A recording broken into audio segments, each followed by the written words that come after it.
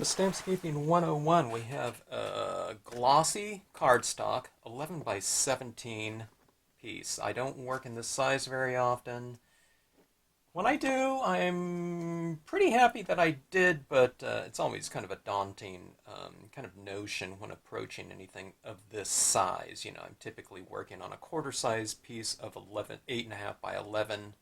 Well, you know, quite a bit larger than that, so 8 times larger, I guess, or 8 times the size. Uh, we have Father's Day coming up this weekend, and I thought I would do something in the spirit of, kind of I don't know, a tribute to the dads out there. I don't know, just, both genders, fish and everything like that, but oftentimes when you think about dads, kind of in a, I don't know, kind of a, I don't know, stereotypical type of notion, fishing comes up, fishing, hunting, the outdoors, and whatnot. But I thought I would do something in that spirit on this scale here. And I'm going to be doing a lake with a guy fishing in there. Now, one of the kind of a notions of a kind of an ideal fishing spot for anyone, I think, would be kind of like a secret spot, your own little hole somewhere or location, it's not like I don't think, an ideal type of scenario in someone's mind is like going out on a party boat with, 30 guys dropping in all these lines all over the place. Although my dad did that and really enjoyed it, but, you know, if it was all the same, I think he would prefer, just like most fishermen, you know what I mean, to have your own boat and, you're out there with a friend or two or something like that. Or, possibly out there on your own. So we're going to try to create this kind of feeling of that kind of secret, private fishing hole, whatever. And we have a lot of stamping to do. So we're going to be doing a lot of repetition of imagery, to say the least, with this, okay? And we'll start off with some boulders here. Okay, this is Brookside Boulders. Alright, it fills up a lot of space, what can I say, okay? Now, I don't have like a really good notion of what this composition is going to look like, okay? I mean, I have, a vague idea, that it's going to be rocks and, some kind of a cove type of situation here. But, I'm just taking it, I don't know, literally rock by rock here, okay? And we'll see what develops, okay? You don't have to know kind of exactly where you're going, okay? You might have, there might be a certain percentage, okay? And I totally get that, of what a composition will be. But you can also just kind of follow, I don't know, more of, the smaller you have, the smaller area you have to work with, maybe it has to be planned out a little bit more because you just have less real estate to work with, when you fill in something, a stamp that size is going to fill up a significant portion of a given composition, so I do get that.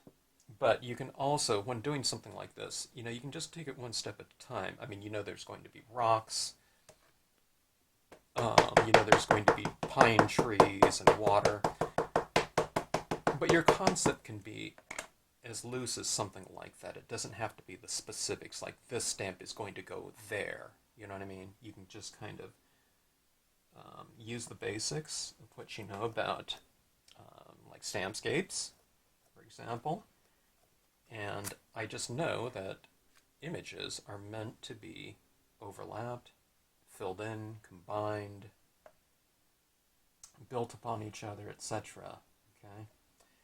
And just approach it in that sense. So, the percentage of kind of what you know about your piece can be just loosely built on kind of general types of concepts of that composition, okay?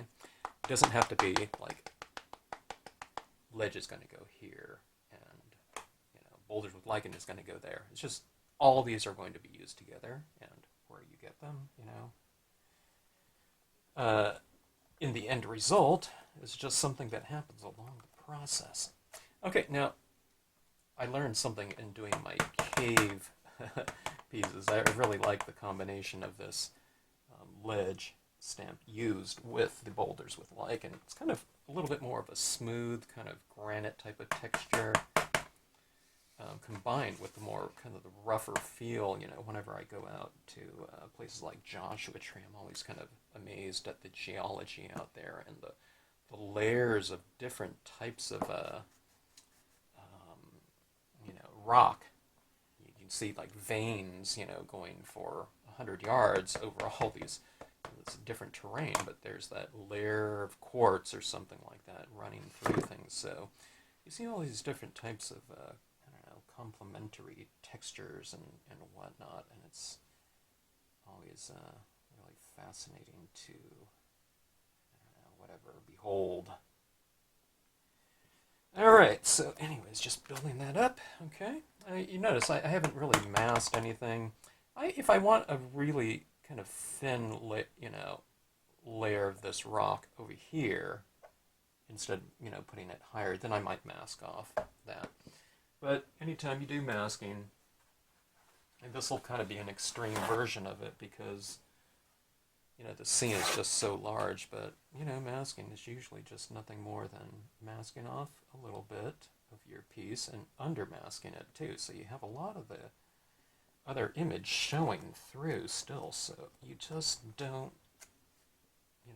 do careful masking, okay? Or I don't know, I wouldn't say careful. I consider this careful. I just don't consider it tedious or anything, because you're overlapping still by ½ inch to an inch, okay? That's usually the ideal with most of these designs, okay? You don't have to, nor is it conducive to the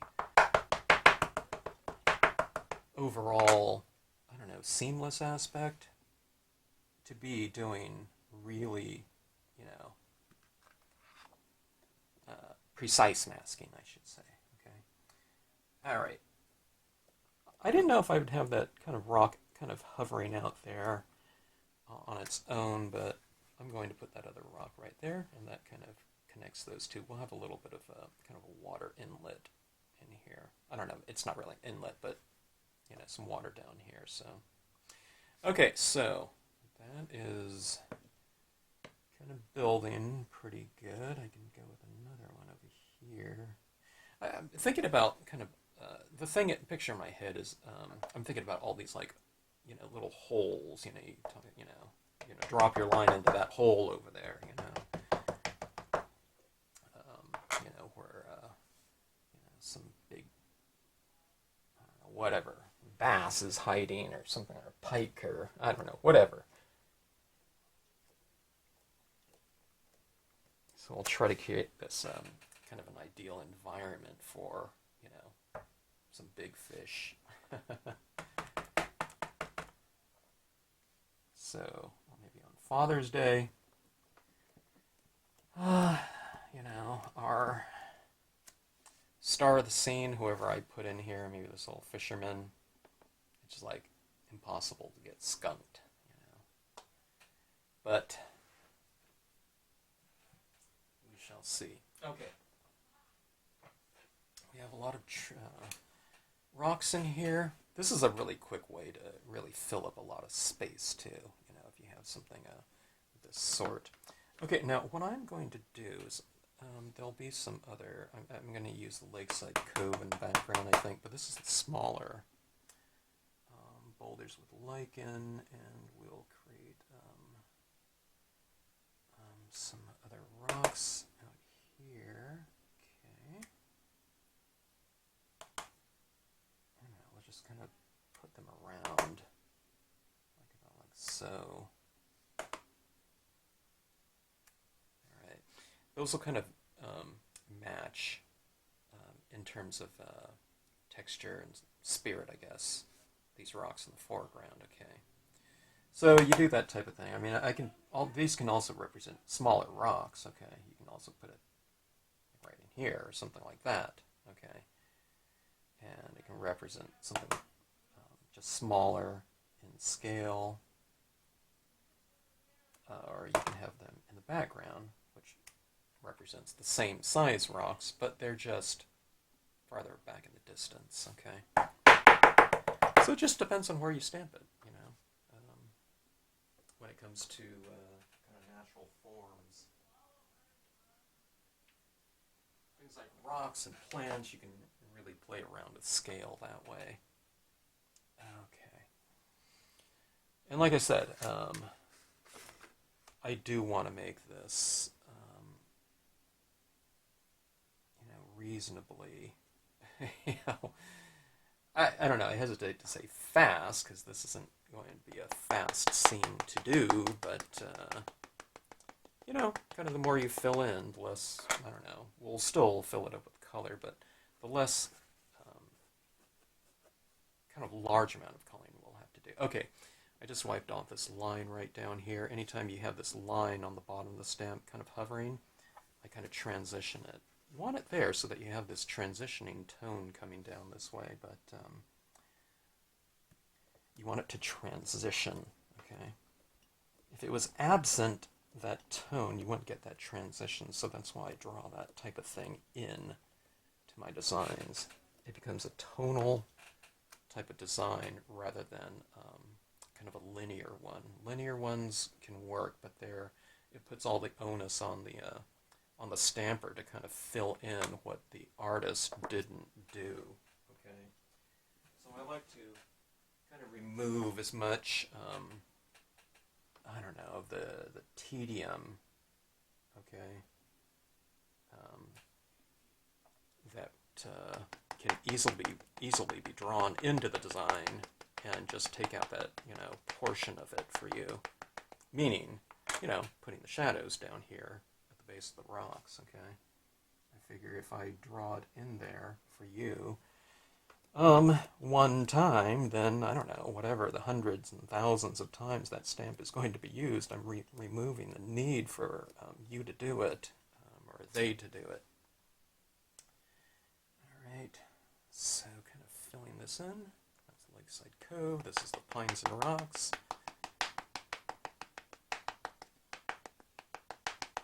This was getting really built up with a lot of ink recently, and I had a lot of pigment ink on it, so I took a pumice sponge and I just scrubbed it right off, and it cleaned it off fantastic. And 100% rubber, red rubber that I use. It's nice and strong and it's durable. Nothing happens to it, poorly. Although I have a little piece of lint right there, it looks like. Let me get that off. But yeah, you can really scrub these off.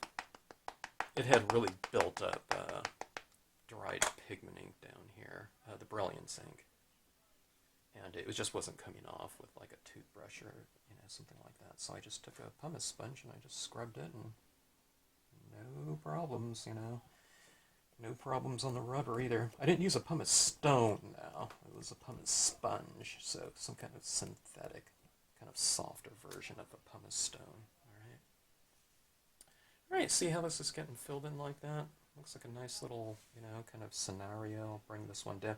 You can stamp it up higher. If you stamp it up lower, it represents trees that are closer to us.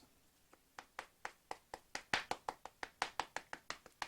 think I'm getting some crumbs off of this stamp pad. I'm not sure. Yeah, these stamp pads, the Marvy ones, tend to last about 30 years. So that being said, I am losing some of my pads, because they're that old. It's,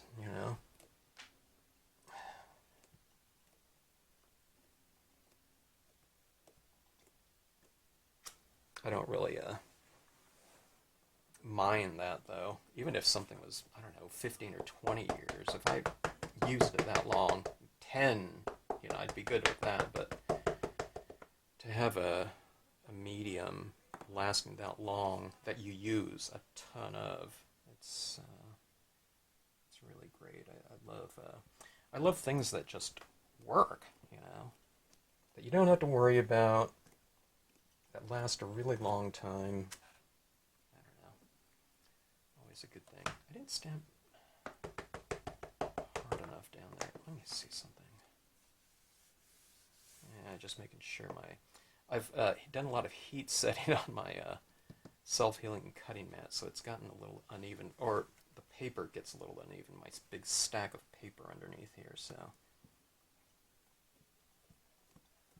I'm not stamping in as flat a surface as I once was. I mean, I can just switch this paper out, but okay, so let me get some additional, let me just fill that area in down there. Alright, probably just kind of fill it in right down there. Okay. Alright, this is getting pretty crazy, isn't it? Or I wouldn't say getting, has become whatever, has become pretty crazy a long time ago.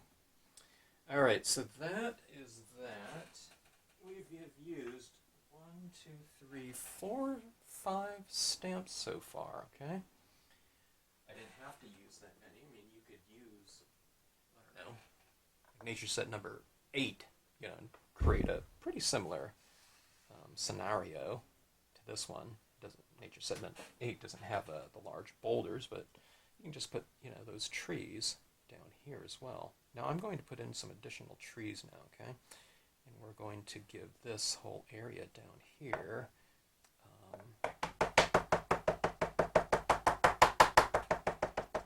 the flora that we'll need. Right? So here's what we're going to do. We're going to mask off. Now we're going to mask off. Okay, if I want this tree to be behind that rock, then you have to mask off the rock, right? But again, it's just very little,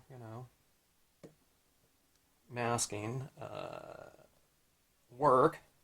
Just lay down a piece of torn paper towel. I like the torn paper towel as opposed to masking off on a real hard, straight edge like that. Okay, now, when I'm out in it, I'm not under-masking enough here. I need to use my advice and under-mask, okay. What was I saying here? I like, the torn paper towel, just so I don't get that hard line edge, okay? Alright, that's better. And what we'll do is we'll change the height of this, okay?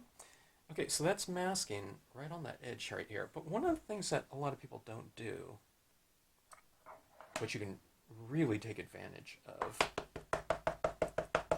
for extra depth, is it's easy to do something behind something, but what you do is you just come down here in some of your rocks, okay? And let's say here's a row of the boulders with lichen here, then here's the row of the ledge. Let's say that there's going to be some space in between those two. And what you do is you put this tree right in here, okay?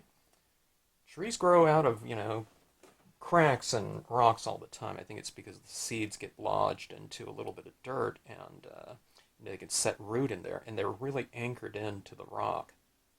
So you see it all the time out in nature. I think it's because sometimes those little saplings are more anchored in a kind of a hard set, location than just out in dirt, which gets washed away or whatever. It's really prone to, getting washed away when you get water, storms coming through, hard storms, mountain storms, whatever. Alright, so you put these things in that. So I'm going to put some more, but I want some variations. So this tree can really fill in a lot of space here. Okay.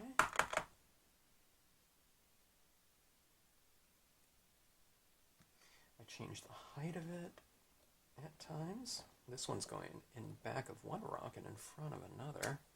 See, it's in back of this one and in front of this one, right? It's starting to come together, I think, too. It's starting to look like, I don't know, a place that someone would want to fish. I don't know. Is any of you fisher like to fish? This place looks ideal for me. Fishing, as long as there's no mosquitoes. I'm one of those people that I really get attacked. Some people, I don't know, I don't know, mosquitoes don't bother them as much. I don't know. They eat me up.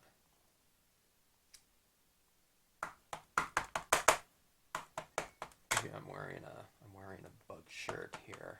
Okay, or in this location, there's no mosquitoes. We'll just say that. This is our ideal scenario, and it's your world. You can have anything you want.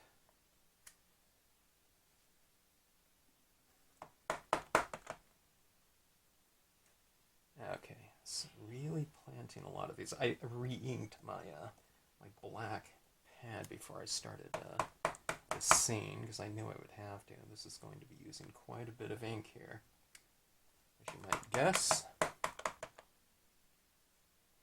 I love rocks out in nature too.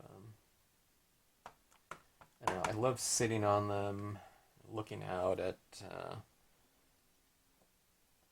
into the setting. I love climbing on them.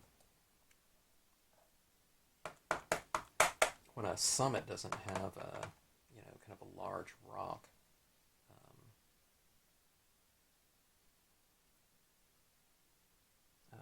summit, I'll go to them, I guess, but I really prefer a kind of a rocky destination.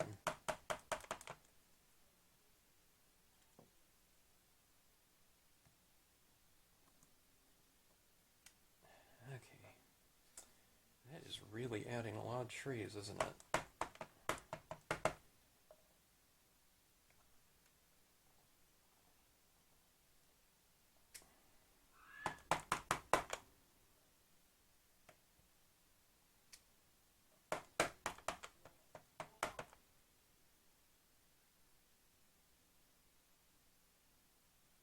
I try to group them too. I try not to go two of them here, two of them here, two of them here. I'm trying to. The thing that's going through my mind is kind of repetition, not repetition, but variation, I should say. Okay, so that's what I'm kind of looking for. I'm looking for kind of a balance of, I don't know, numbers maybe. That's what I try to do when I'm designing stamps too. I try to do different heights, and I try to balance off a tree in terms of the limbs of the numbers of limbs, from say top to bottom, left and right of the design. Something like this. You want it fairly symmetrical, but you don't want it so symmetrical that it's kind of boring. And then I have to take into consideration when you do a single tree, you have to think about it in terms of someone using that tree in repetition, or me using that tree in repetition too. So how is it going to look when used, in repetition? So I have to kind of imagine all of those different types of scenarios. When something isn't designed well, it's too apparent, I think. You can really tell that, okay, that's the same design used over and over and over again. You want it to where if something's used in repetition, i.e. up there, it's not something like you're not kind of locking into a certain pattern, mainly, pattern can be good, but you don't want monotony, okay? That's not good. It's just like the same note being struck over and over and over again, okay? so we always want to avoid that. Okay, now this is a very thin, kind of airy tree. So down here, I don't, I can use it down here below, but I just don't think it's going to stand out very much because it is so thin. That's why I'm kind of leaving it mostly up here, okay? It just doesn't hold up against all that pattern that's already been laid down, so we'll keep it mostly kind of up in kind of the more open areas, okay? Okay, no, don't be afraid to stamp over and overlap your other spruce trees, the thicker one, the bolder one, okay? So you can put it right over the top of it or to each side. I prefer doing it to each side a little bit. And I think that's good with this one right here. All right. So we're really filling in here. I don't want to fill in, completely, where it's nothing else happening in there, or no opportunities for additional types of forms, so. Alright, this is the leafless pines large. Okay. Good forested area has kind of old growth and, kind of dead trees represent, kind of a cycle kind of longevity, it's part of a healthy forest to have, some dead trees in there.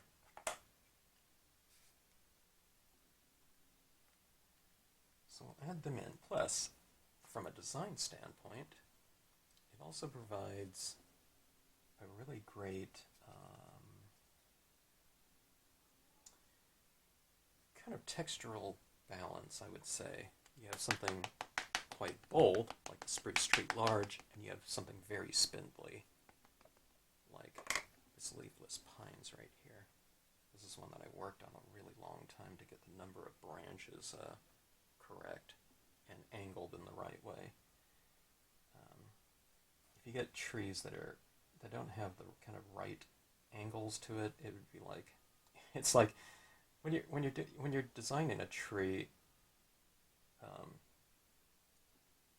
I think a lot of people, I see some trees out there, and it is a stiff item, but when you look at a tree, it's really something, even a dead tree, you have to draw it as if it's like you're trying to capture like the spirit of a ballet dancer or something like that. It's moving, a tree, when you look at it, or branches, it has to look like they're kind of shimmering in the wind, okay? Even though this is a static drawing, when you look at these items right here, there has to be a certain movement. Even rocks, okay, there's a certain spirit to the flow because they age a certain way,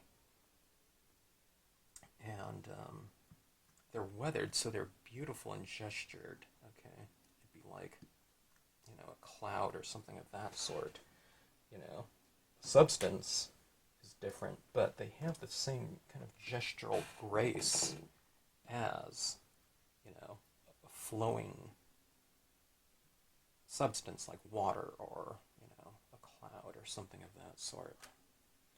So you want that to be kind of depicted in the designs themselves. That's why I don't know, for me it takes me forever to work on designs because, if you don't get that kind of gesture down, I don't know, to me it's almost like, it's not, I'm not depicting what I'm trying to, which is kind of more the spirit of something than the actual visual of it. The visual has to be there, but if you're not capturing the spirit of it, then you're not going to get it in the impressions, okay? It looks kind of forced. So, I don't know. A little insight into the designing world, things that, are always having to be considered. Okay, I'm looking for the thing, my top for this. I don't know where it is. It's somewhere. It's all curled up. Okay. guess I'll just put that out of the way. All right, so we have we have a big, huge scenario here for our setting. I left this out because I didn't know if I'd have room for this, but if I put this in here, it'd be like a pterodactyl or something like this at this point in time. So that just comes to show you I didn't know exactly what was going to be used in here, until I got to that point. All right, here's the winter brush stamp. Okay, so you have these trees in here, but then you have some kind of bush types of things, some smaller types of forms, which is always good to use in here. Straight about for extra texturing. And continuity, when you add kind of these things, here and there, what you're doing is you're creating kind of a visual continuity with form, and it creates a little bit of pattern. Okay, now here I'm getting too kind of isolated with it. Okay, I need to go with, a few impressions or a couple impressions in some areas and one impression in another place, kind of a smaller impression of it here, that type of thing. Throw it in between some of the rocks, just in back of stuff, so putting this form through there kind of, is an additional, call it needle and thread running through your composition right here. And again, giving continuity to the overall piece. You want to tie things together. There's so many different impressions out here that you want continuity. Now, this is all good. I mean, it's if you have it in your impression form. All of that being said, we're going to bring all this together even more, though. Of course, when we start doing the tones, okay? So, the tones themselves, the coloring, will bring a lot of that together. Okay, so here's these. This is called Tiny Rocks, and I'm going to go for multiple impressions of it, okay?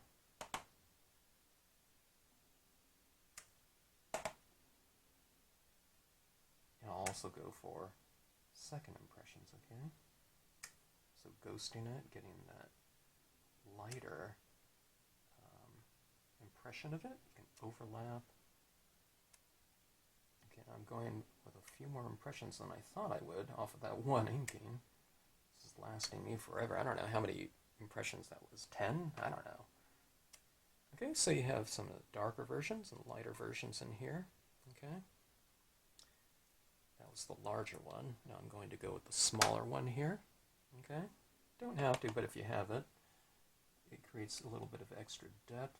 Okay. What this does is it creates a situation, a scenario where you'll have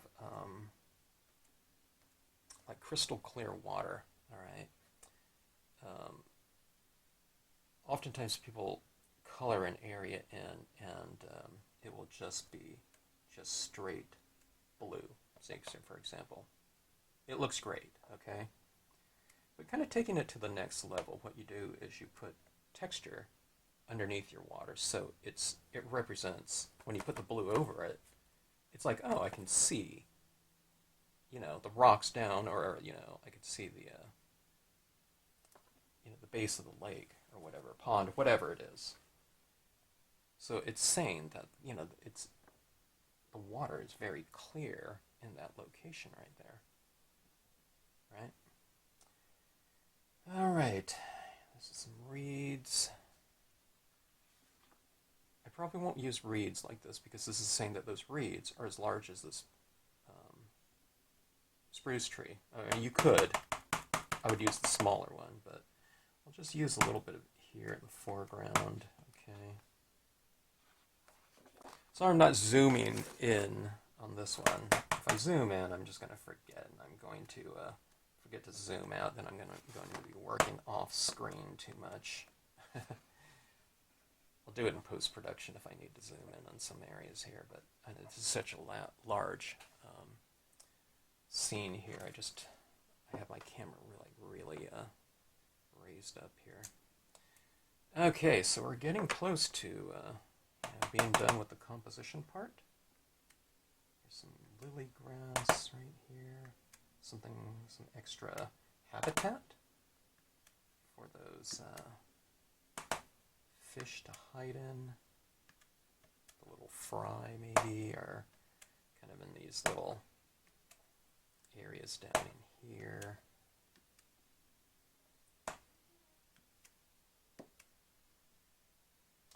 All right, boy, that is really an involved scene composition. All right.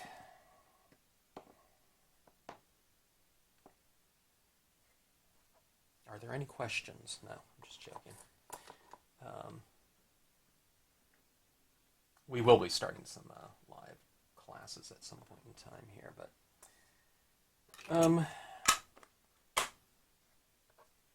looking at it now. Remember, I just inked up my stamp pad, and these spruce tree large impressions. It's a pretty solid impression image with a lot of area here, and I'm just looking at it. I can see some of my ink is a little bit wet still in these areas.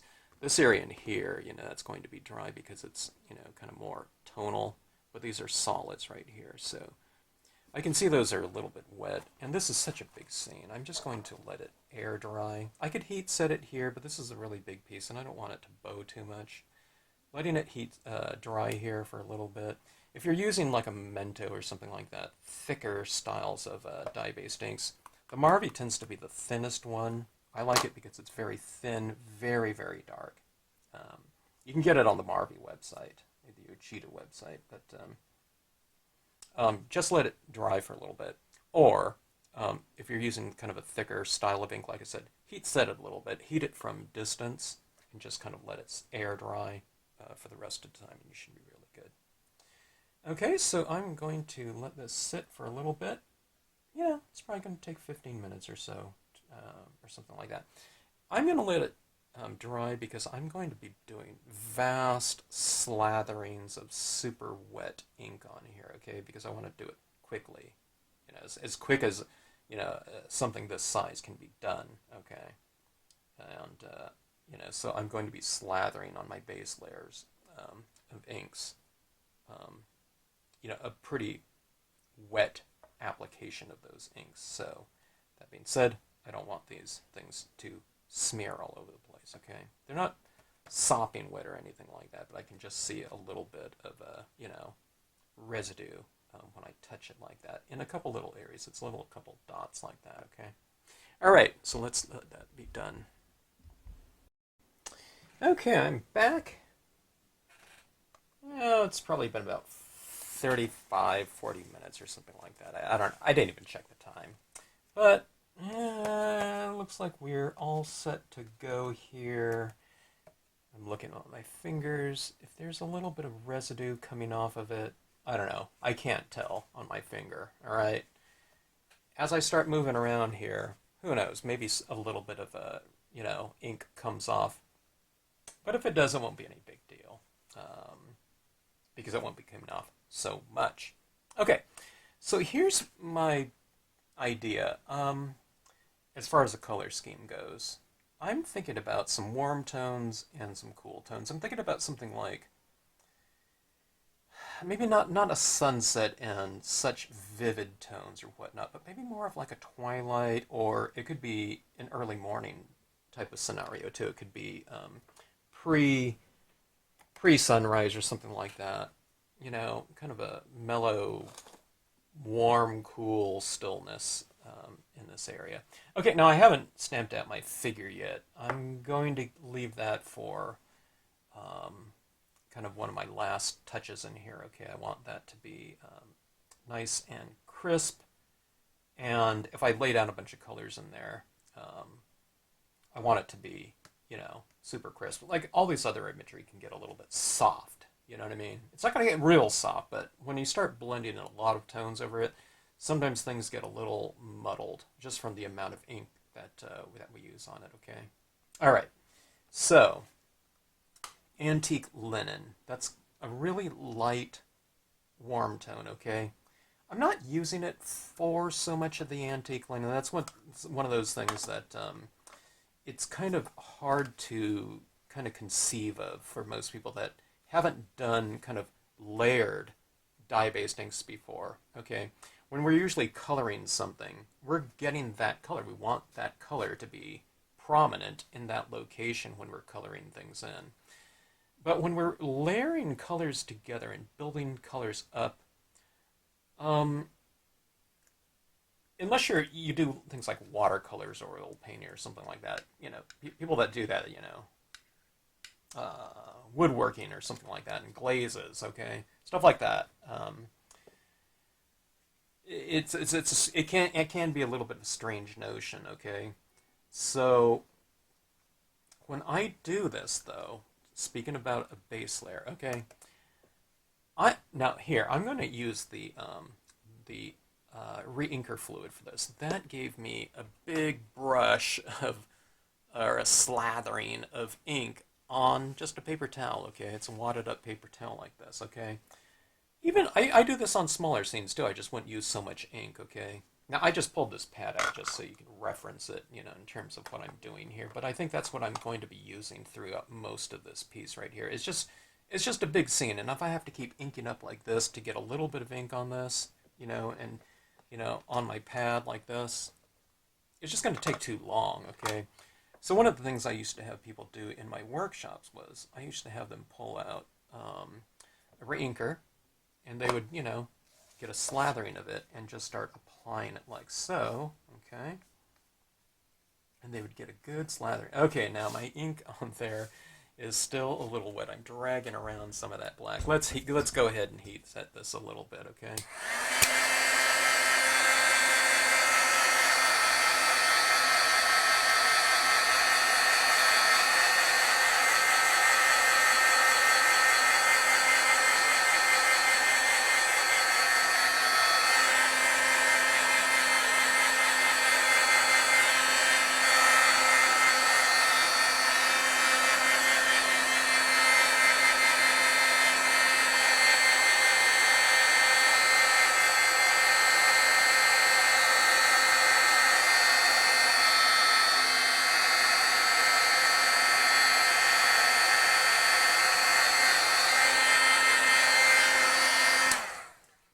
Like I said, before I started this, I really inked this up quite a bit, okay? So normally, maybe it wouldn't be so saturated. Okay, so that being said, going back to this application, as I start applying this on here, now I have a lot of black on here because it was, uh, you know, inky still, okay? But this amount of coverage is going to be perfect for me because I get the right amount of ink laid down. Let's start this all over again. Well, no, we're not starting over. We're just, let me get a clean portion of the towel here. Might have a little bit of black into it, but still that's fine. But this gives me a really good slathering, okay? It's not going to take me forever, especially if you're using something like makeup brushes or something like that, okay? Alright, so laying this down. Yeah, I'm still getting some of that smearing there. I really inked up my thing too much, but that's okay, okay? Let's just keep going with that. But I'm really picking up a lot of that ink here. Let it work for you, we would have eventually built up to kind of gray tones and whatnot. We're just going to inherently have it in this first ink right here, okay? So anyway, okay, so this gives me a lot of coverage. So you can see I'm really covering a lot of area with this ink right here, okay? All right, now here's the thing. When I'm laying down ink like this, okay, I'm coloring, but I'm also lighting my scene. Lighting and coloring can be not too different from one another, okay? When you're coloring something, and just coloring something completely in, okay, you're probably going for full coverage, all right? But what I'm doing right here, the difference between coloring, just coloring something for color coverage, and lighting something, okay, at the same time, just means that you're retaining some of the lighter areas in different parts, okay? Now, when I'm doing scenic lighting, okay, I'm not really thinking so much in terms of like a photograph. Okay, we have to, let me see, if light is there, would it be here or whatnot? You can think of that way in general. Okay, I'm going to have this area lighter in here because that's where I'm going to put my figure. So it's like a spotlight hitting in that area. I don't want it just to be all dark around here with just one big light area. So what I'm doing is I'm kind of bringing in some color like this. I'm getting really dry on here now. I need some more.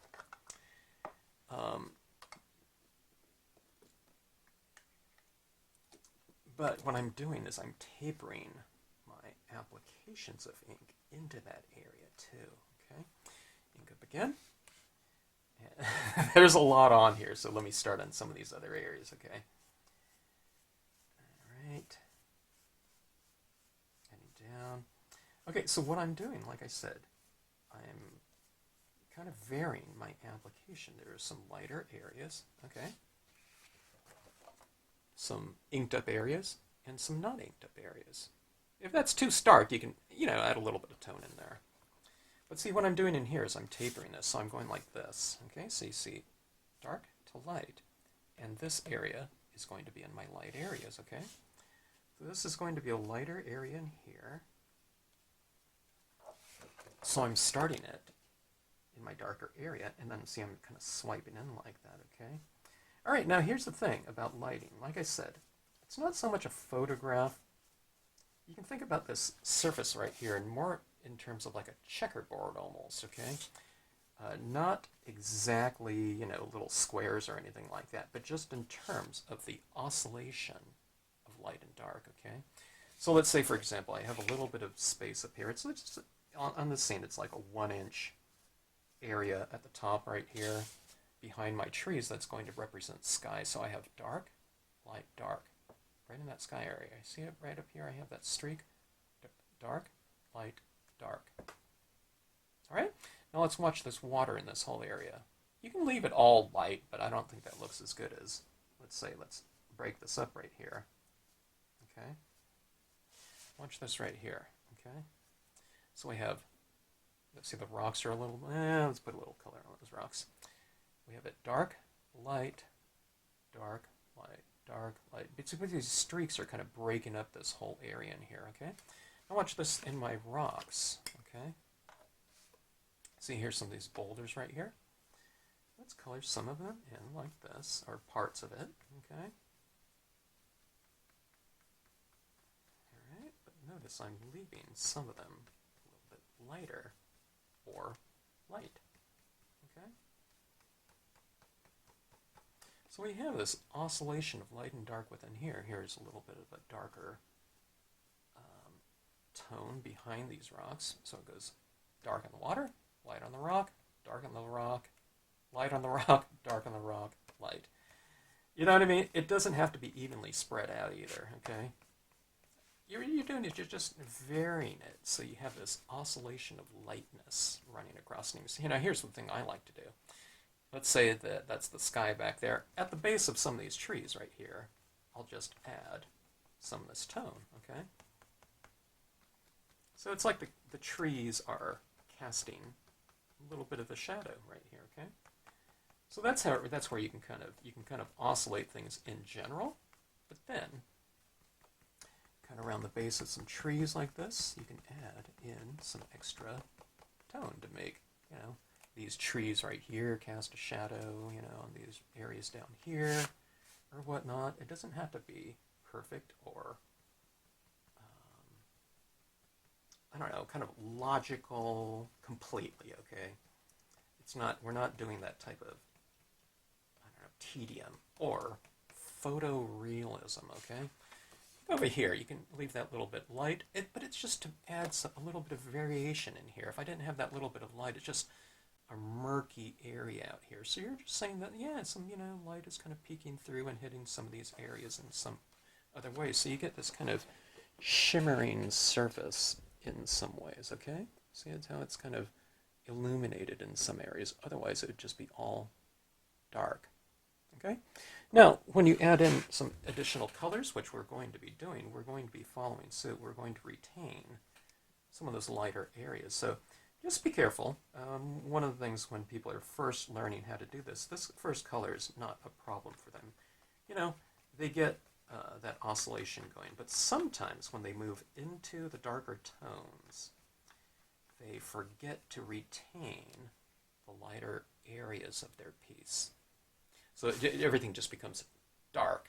It's okay. I mean, when you're first learning it, I always tell people, I'd rather them do too much coloring than to always hold back and for it to come out kind of anemic looking because they were too scared to add color. Okay, they were holding back way too much. Okay, so if you do end up losing your lighter areas, just remember that for the future and adjust your technique accordingly the next time you do it. Okay, but I'd rather you have kind of achieve kind of that nice rich depth in your color than to hold back too much in learning this process and for your pieces to come out kind of anemic looking. All right, so anyways, adding this on now, this is probably more black on here. Yeah, it's more black than, that antique linen at this point in time. I don't know. I don't know why it's coming off so much.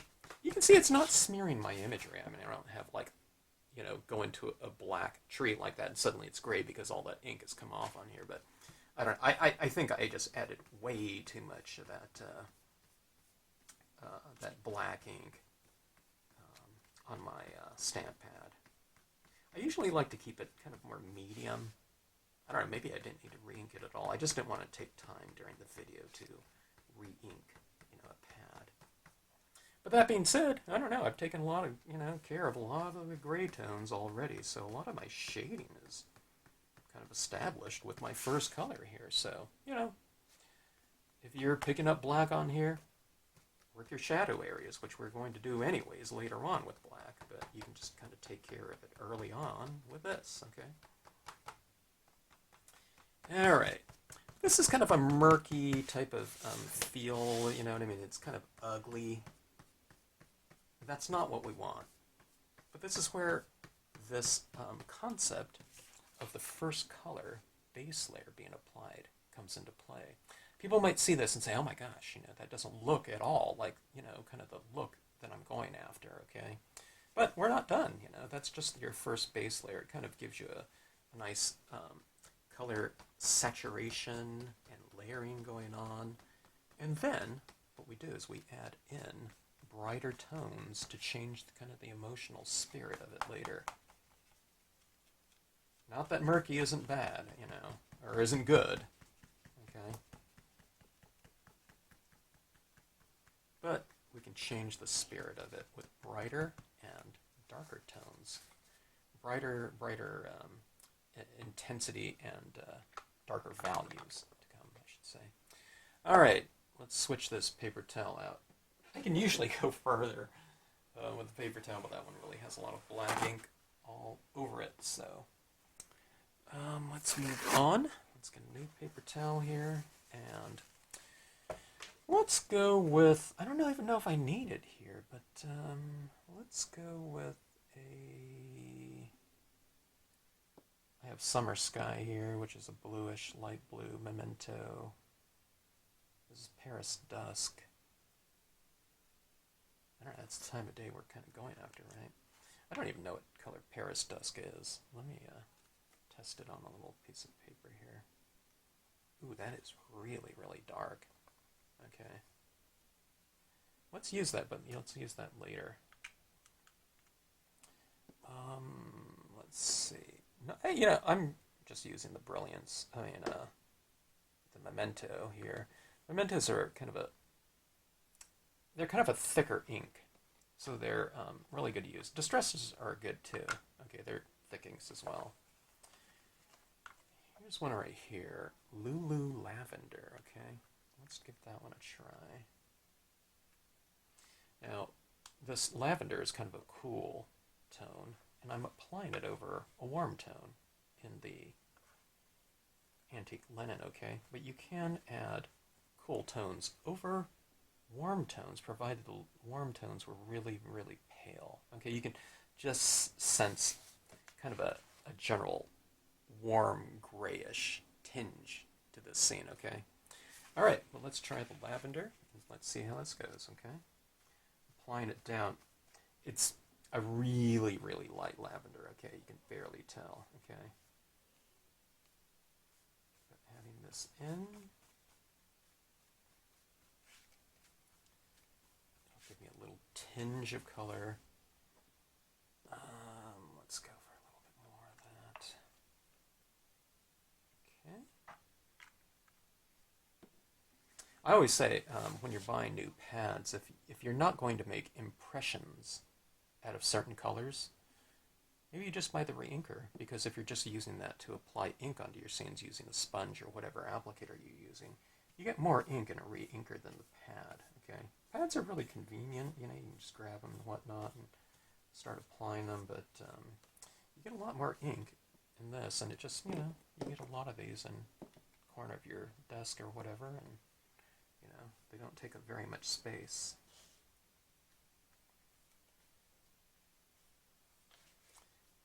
Okay, I'm losing some of my lights. I need to be careful about that. It's the black that's coming off of this still.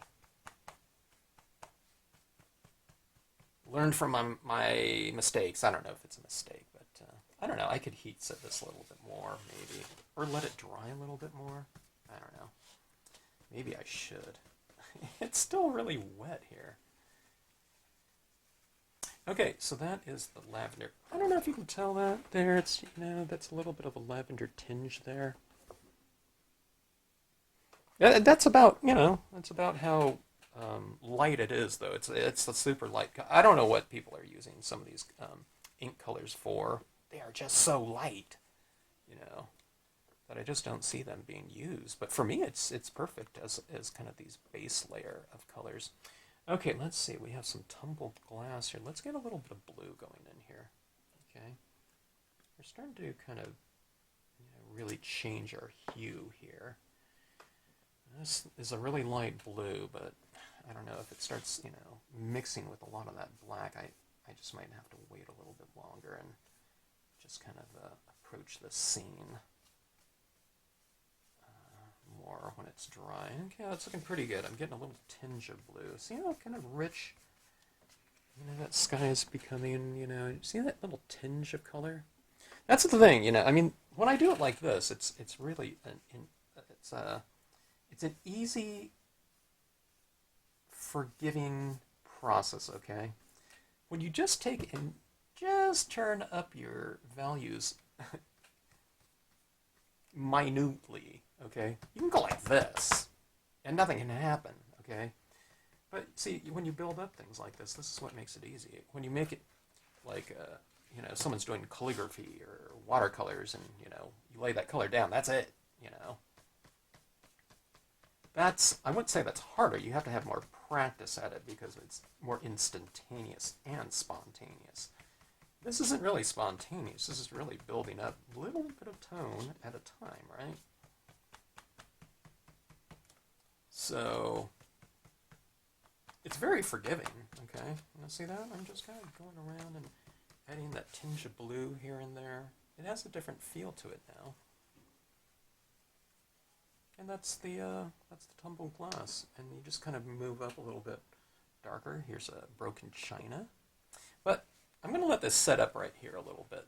We have been adding in quite a bit of tone on here. That's a lot of ink that I've laid down on here with those first few colors, especially with that first antique linen slathering on here. Let's let this set up a little bit. You can allow it, you know, you can heat set a little bit more. I'm going to let it air dry again and come back to it. And then we'll start applying some brighter tones in here. But I like the look of it so far. It has kind of our, you know, our grayscale areas and lighting, you know, pretty much established. We have a little bit of lighter area in here, which is going to draw the attention right into that space. But we still want some oscillation running through here just for variation and, you know, to kind of break monotony. All right, I am back, and it has been several hours dinner, etc., etc. That should give this plenty of time. I have a feeling what happened is because I'm kind of using, well, I am using paper tails, not kind of using it, but I'm really coming in contact with the paper a lot now.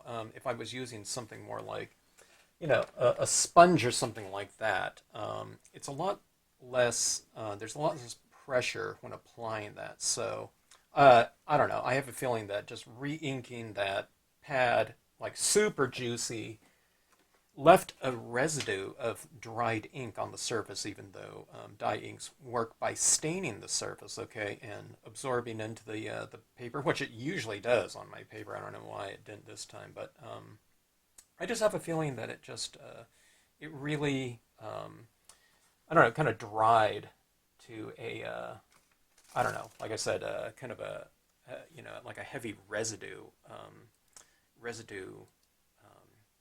surface on there. I don't know.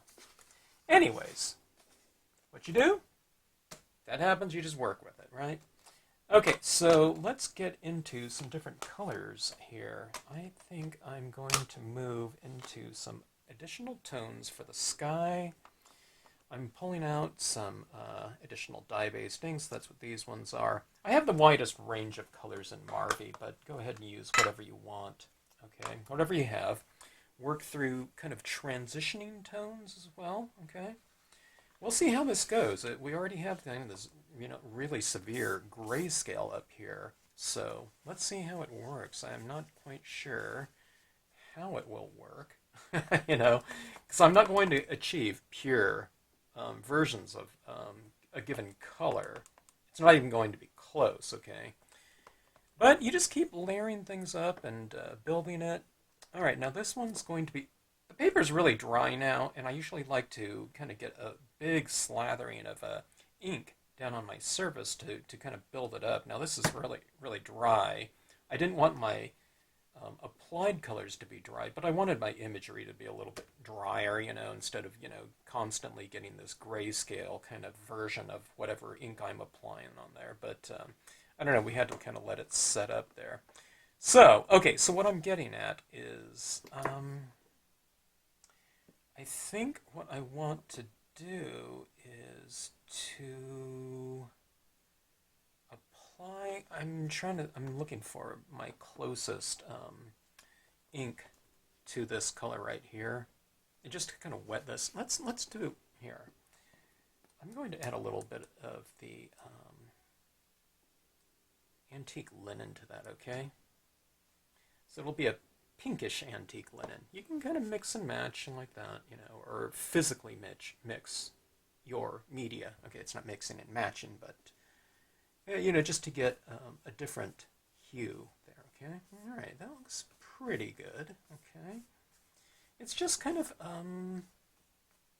it's a stain, okay? We're not going like this and getting like bright pink there, okay? Yeah, man, I'm getting that black just wiping right off of this surface. That is driving me nuts. Well, let's see what we can do here, okay? Okay, so getting some of this down.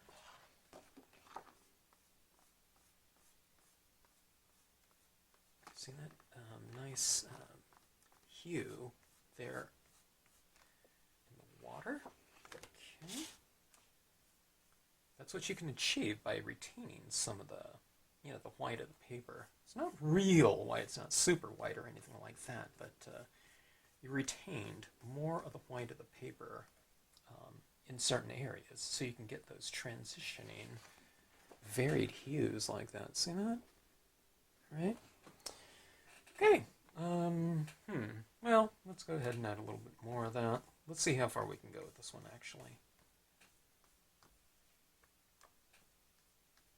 Now this is it's a muted pink, okay? It's not a super bright pink, so that's what we're getting right there. That's what we can expect. Now, in its most saturated form, it'll be about like that, okay? Let's get a little bit more of it up here. Now up here, we're applying it over kind of a darker gray, so you're just getting a pinkish gray kind of version up there, okay?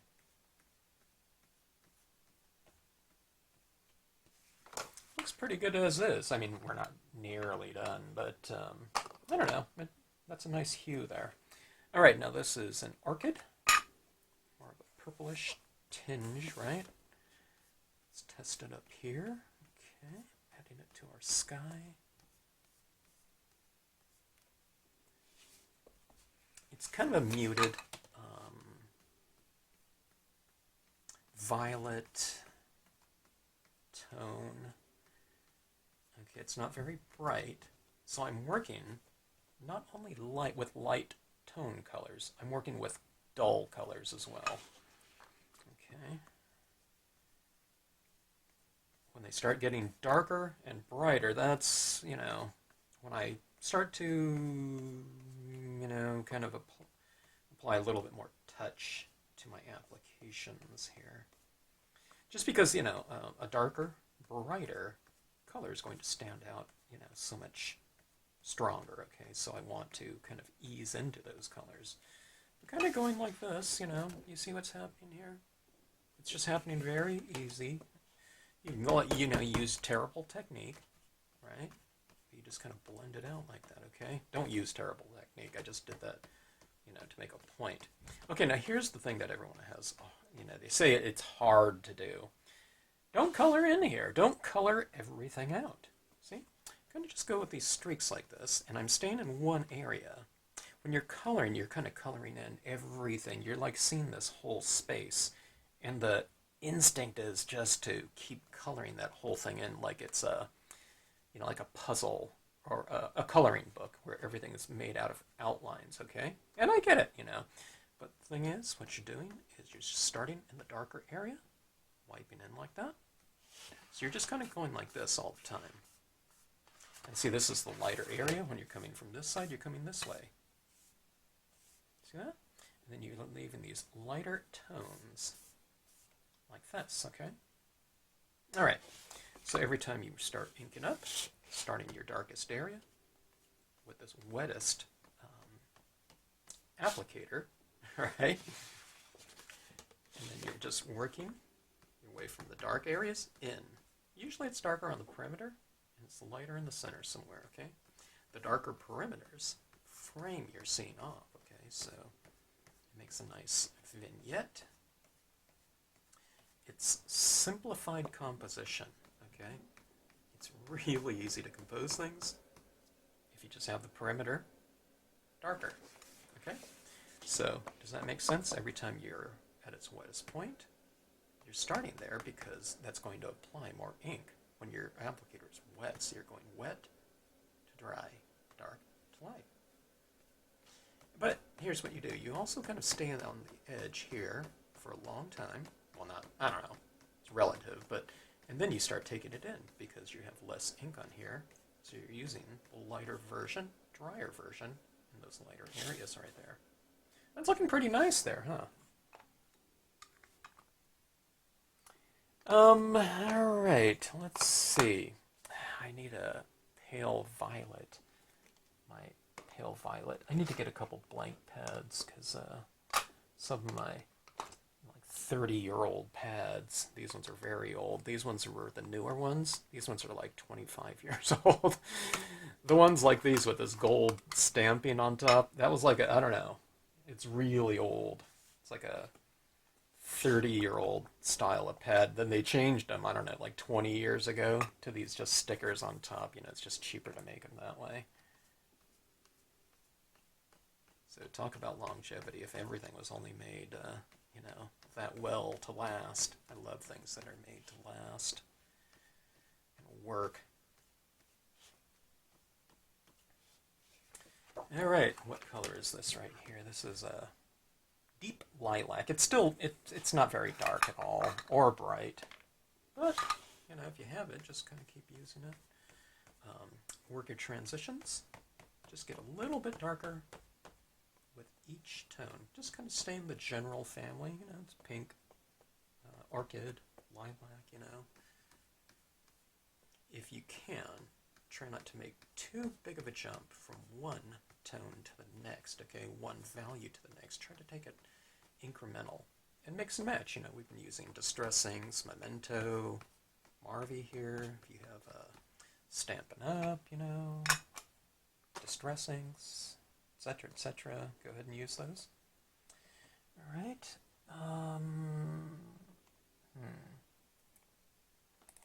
Speaking of Memento, let's try a Bahama Blue. I'm not sure if I should use this one going into that. Let's go ahead and do that. Or if I should use kind of a new pad. Sometimes when you use the same one here, you're kind of mixing, you're kind of creating an intermediate tone between the color that you used previously, or the colors, and the new one. So sometimes that's better because you get a mix. You don't just jump into the next tone suddenly, okay? It's more of a, you know, kind of a mixture of the two. All right. I barely see it, but it's there. It's a little bit of a change, okay? It's just, I don't know, it's looking like gray. I see a tinge of it. When I first lay it down, I can see more of that, you know, that blue. But then when I keep blending it in, it kind of, I don't know, it almost looks like it's physically mixing with, you know, the colors underneath. I don't know if it is or if it's just layering over it. Look at that blue right there. That looks pretty nice.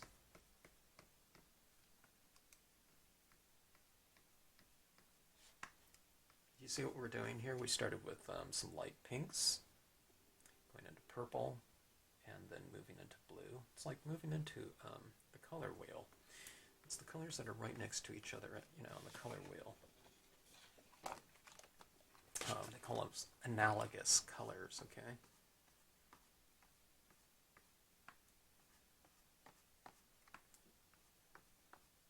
All right, look at that blue there. It looks pretty good. It's starting to come together.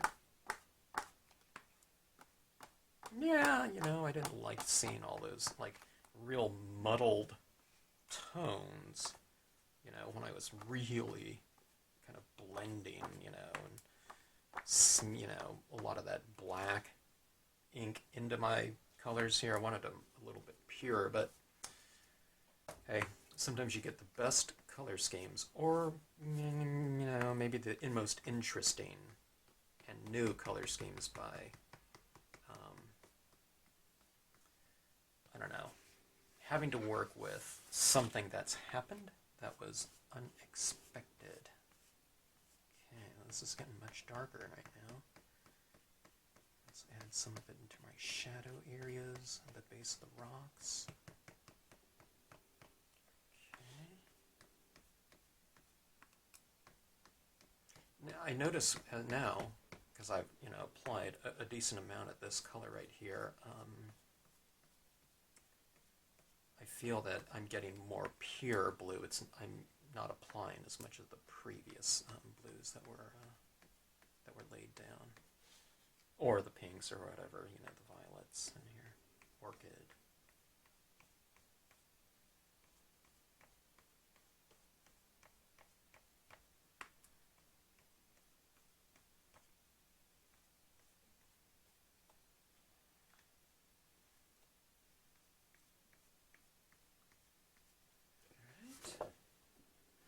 These tones right here starting to come a little bit more jeweled, right? So here's the overall. So that retaining the lighter areas. So when I'm going with the darker tones, I'm just kind of not going in this at all. So that's how I'm retaining it. I'm just not going over there anymore. You know, the darker you get. Is Danube Blue. Danube Blue looks pretty dark, but it's a pretty thick ink, so you know what I mean? It's not that much darker. Plus it's a real thick ink, so it's not applying like in full saturation, okay?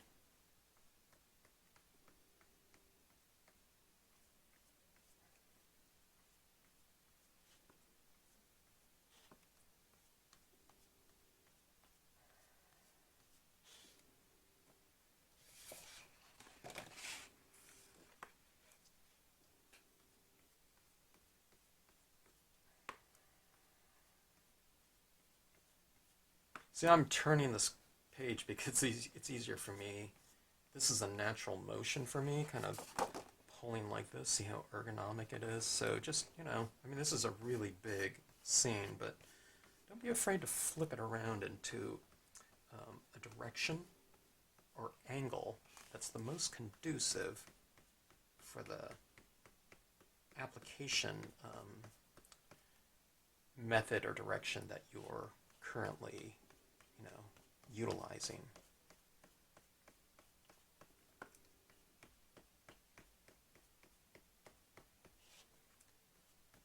So in other words, if I want to get something over here, you can do it like this, because I'm kind of pulling in. But, if I want to do some fine-tuning work, flip it around and put it closer to you. Boy, that's really coming out now. That's really glowing right there. It was kind of real grayish and, kind of ugly.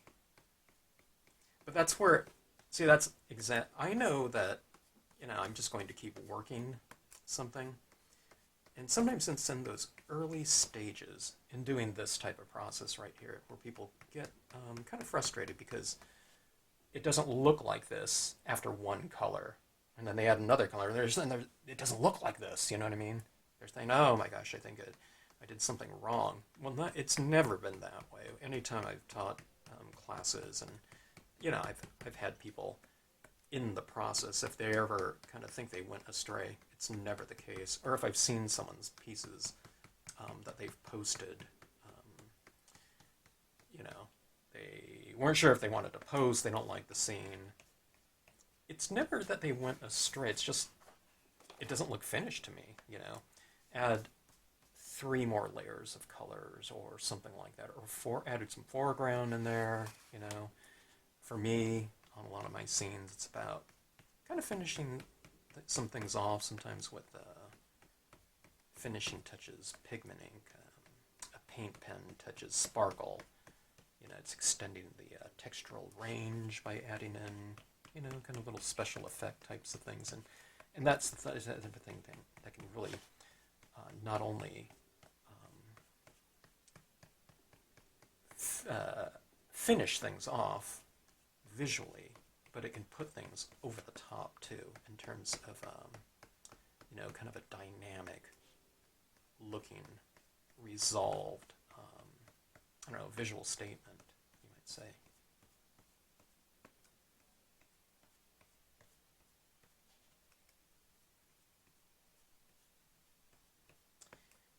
So in other words, stick with it, see your pieces to the end. If you don't know what to do, let it sit there, You might get to it the next day and say, oh, I can do this right there. Sometimes you need to step away from it for a little bit. This goes for me too, Not too often, but sometimes, I'll go back and I'll think, oh, okay, I needed to do whatever. You kind of look at it with fresh eyes at times. Look at this. This one's going a long ways. I have these other applicators right here. I can probably go back to those too. Now, if at some point in time you think, oh, I could have used more of that antique linen in here to get more of that kind of warm, beige-looking glow, just add it right over the top, okay? So at no point in time can you not go back. Now, you can't lighten this. I'm not going to go back to a light dye-based ink and put it in dark and have it look light. Okay, that's not going to happen, But you can layer things if it looks like it's a little anemic or it can use a little bit more warmth. You can possibly do that. But you're not going to take some, a light blue and apply it over black and have it look light blue, over black, okay? The darkest color is always going to show through, but you can always influence kind of what people can see by altering the layering of a tone on top of something. All right, so this is coming along pretty good. I'm getting, a little bit closer to, kind of the visual range, the intensity range that I'm going after. Okay, Morphe inks are just really bright. Okay, this number 10 blue is a really bright one. It's real similar to like a Broken China. So use like a Broken China if you have that one. A lot of you have a big collection of Distress inks. They're really fantastic.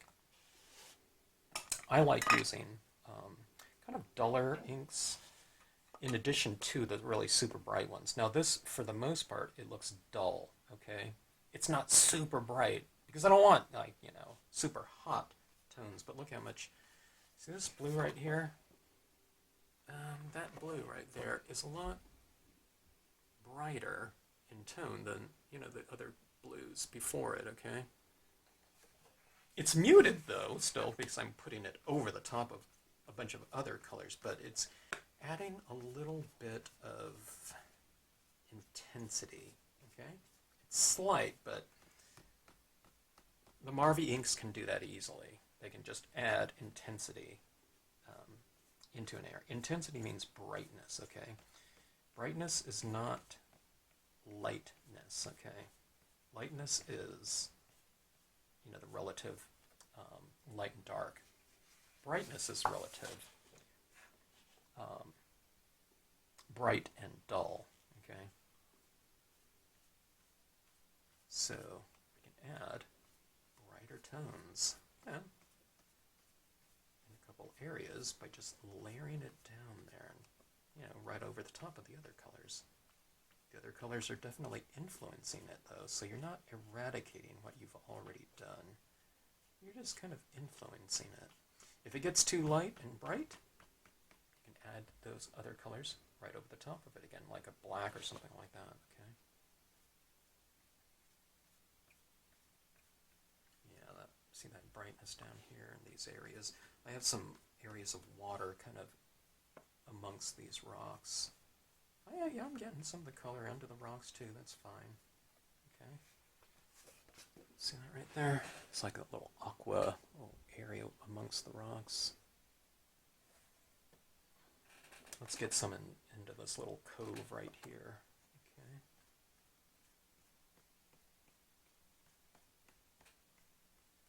I should really be doing it from this angle, like this way.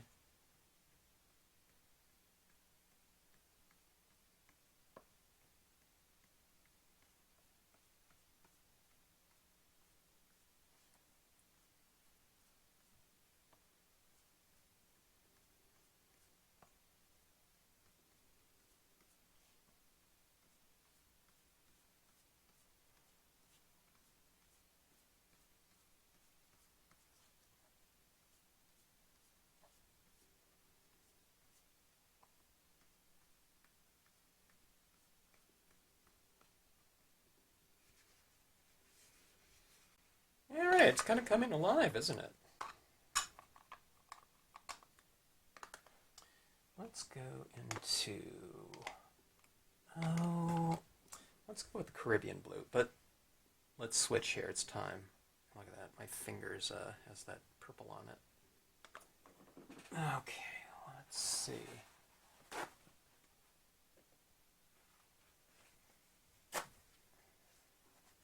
New applicator. Here's how you make your applicator brush. There you have it. It's kind of shaped like my finger, like that. See, I like having it on my finger like so. Try to get the wrinkles out of it and stuff, you know. If you have a wrinkle, then it's fine, but I try to have as little wrinkle as possible. Let me see if I happen to have I do have my Caribbean blue reinker handy, okay? I'm just going to put a few drops like that into it. Yeah, if it was red, it would look like my finger was bleeding. All right, let's go ahead. Caribbean blue is kind of a warm blue, and it's a really nice blue. I didn't use it for years because it was kind of in that second batch of colors that Marvy happened to release back in the day of when, you know, they made dedicated pads. These days, all you can get is a blank case and the reinker, but it's worth it. You know, it's worth it to have a few Marvy inks. I try not to say that, you know, because I do believe people should use what they have, but supplementing with 2 or 3 Marvy tones, see how bright that color is? You're just not going to get that brightness with any other brand of ink. That degree, I don't know, I'm thinking about, if you've seen that, movie called This Is Spinal Tap. There's always this joke about this guy showing his guitar amps, and one of them has a knob that goes to 11, and all the rest of them, the different brands, the knob goes to 10, that's the highest level, but one of them has an 11, and he's just kind of saying, if you need that little extra bit, that one goes to 11. Well, these colors right here kind of go to, in comparison to other brands, I mean, I don't know, they go to like 13, or something like that. There's the odd color in different brands that are, pretty bright, but overall, just about every comparable version of a given ink, okay, to Marvy, Marvy's going to be so much more intense. I don't want intense all the time, though, but if I want stuff to kind of start glowing like that in these areas, like this and this, it doesn't hurt to have something that can get you there a little bit faster. I would say, maybe 3, maybe more like 5, if you had like 5 different, colors. A light blue, Caribbean blue is really fantastic. A yellow, a pink, and maybe a brown. So it's kind of like the primaries, because you can add your yellow and pink together to get your orange tones. Okay. You add your blue and yellow to get your green, if you have a green color scheme. So you can mix and match. So, we're not talking a ton of colors. And if you don't want to have the inks in pad form, just get the reinker. So, you don't have to get the pad and blank. You don't need to get the reinker and pad. You just get the reinker and blend it in like I'm doing. You put a few drops on here. You don't have to you can just go straight from the reinker and put it on there. I'm not affiliated with Marvy whatsoever, but their inks are really quite excellent. And it's just right on their Marvy website, okay? The Uchida America or something like that. Alright, so adding that in there, this piece is really coming alive. I'm getting closer, I think. Alright, let's see. Let's go with some violet here. I think I'm going to leave this down here as is. I like my water, but let's work on the sky a little bit. I want to kind of differentiate my sky from the water area. Everything's kind of looking a little bit monotone, I guess you can say, which is good in some ways, but let's differentiate a little bit. Let's go with some violet up in the sky. Now this violet is really a quite dark one. But when I'm applying it here, not a lot of it is being applied. Maybe my violet too it's kind of dry. It doesn't look dry, does it? Let's see how it goes here. So as far as like a differentiation from sky to land, we just won't put it down here, okay? Alright, this is working pretty good to dab it like that, and then just blend it out like this, okay? Ooh, it's really, really quite wet up there. So I can go like this, and it's just not drying at all, and then you can kind of pull that into the scene. When you go a little bit darker up in these areas, the lighter area that you've retained seems that much lighter. One step darker, by contrast, makes your lighter areas seem one step lighter. Okay, let's look at this rock area down here. Let's start going into black. I'm going to add black. Let me use my, look at that, it really soaked through there. Let's use this one right here. This one I was using for a lot of the applications in here. Let's use this one with black, okay? Now I need to be careful now because, like I said, I re-inked this black pad, so it's super, super juicy. So when you move into this, ink up, okay? And just take it at a nice, slow rate. Okay, it's going to be easy because this is, like I said, it's fairly wet up here, so this really blends in nicely, and it's not applying very dark at all. Okay, in fact, I kind of have to dab it to build it up to get a darkness going there. But I like to, whatever colors I stamp out my darkest objects in, and it's usually the imagery. It doesn't, not always, you know, if you want it to look like a sepia tone print, I would probably stamp these out in browns, okay? But what you do is you blend in the color into your piece that you stamped your darkest images in, okay? And this is the tone that really brings things together. Can you see that darkness over there? As opposed to over here, okay? And we'll do that throughout this entire piece. Okay, now here's the thing. We have some lighter areas in here, darker, lighter, darker.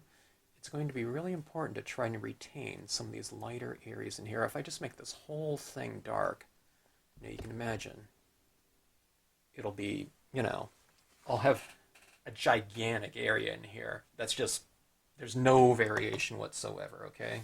I want some variation. You know, I want the influence of this black in here, okay? But I do want some variation. Checkerboarding, right? Okay, light, dark, light, dark. In checkerboarding, what I don't mean is I don't mean that everything, all the like squares have to be, you know, uniform or equal spaces. Okay, it could be light, dark, light, you know, dark, whatever. Okay, but it's just you're oscillating it back and forth. Okay, so look at that rock right there. See, doesn't that look nice and kind of mottled? Okay, now typically, just where do you make a rock darker? Well, what I do, see this rock right here. Here's the rock right here. Okay, the base of the rock is going to be darker, and the top of it's going to be lighter. Okay. Shadows down at the base like this, okay? And you just kind of use a little bit less as you move up, like that, all right? So that it's top lit, in other words, okay? Now what I'll do is also bring some of this tone. Okay, now so when I say darker at the base, it doesn't mean that rock is going to be light, like white of the paper light up there. It's just going to be lighter at the top, okay?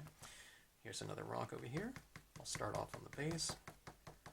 I'll add some tones down like this, and the top of it, towards the top of it, you know, I'll add a little bit more, or I can add less too. But let's have a little bit of variation. Here's the tree there. Remember I was saying at the base of some trees, what I do is I add some shadows. Okay. Now I did it with the lighter tones, so you'll definitely want to do it with some of the darker tones now. Okay. It's really going to be kind of shadow-y. Alright, so see this? My rocks are getting a little bit more mottled up there. We have these rocks over here. Careful, you know, just kind of make it a little bit more narrow. Okay, let's see these rocks along the shoreline. Light tapping, okay, because I'm really close to the lightness. So light tapping next to the lightness, just so I'm doing. Is that really light touch right there? That's what I'm applying in those areas. And where I want it a little bit darker, or a lot darker, you know, I can use kind of a little bit more force, so I'm getting more ink transferred with each tap, okay? See, these rocks right here were kind of isolated, so I want to blend those in a little bit more with some shadow forms, okay? Yeah, see that right there?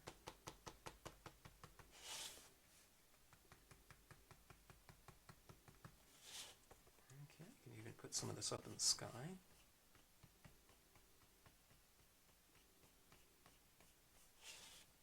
Look at this.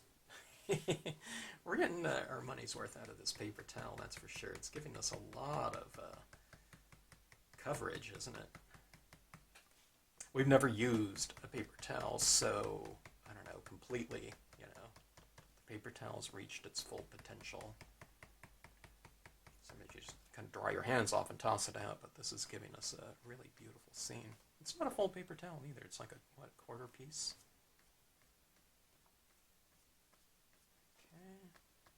Adding some of this down in the water. There's some more rocks over here.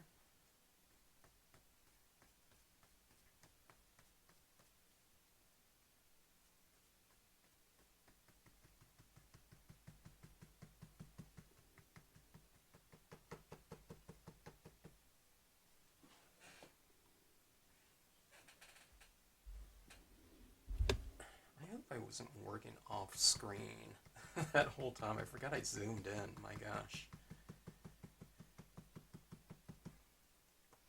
I like to make my four corners quite dark, okay? Because it really kind of frames things off in a nice vignette when you have the corners done. The edges, yeah, but especially the corners, four corners.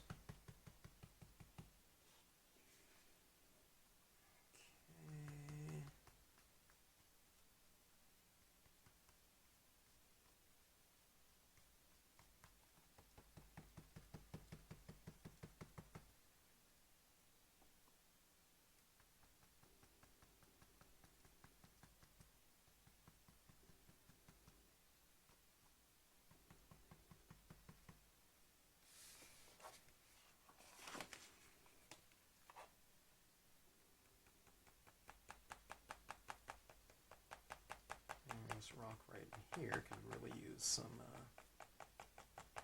tone.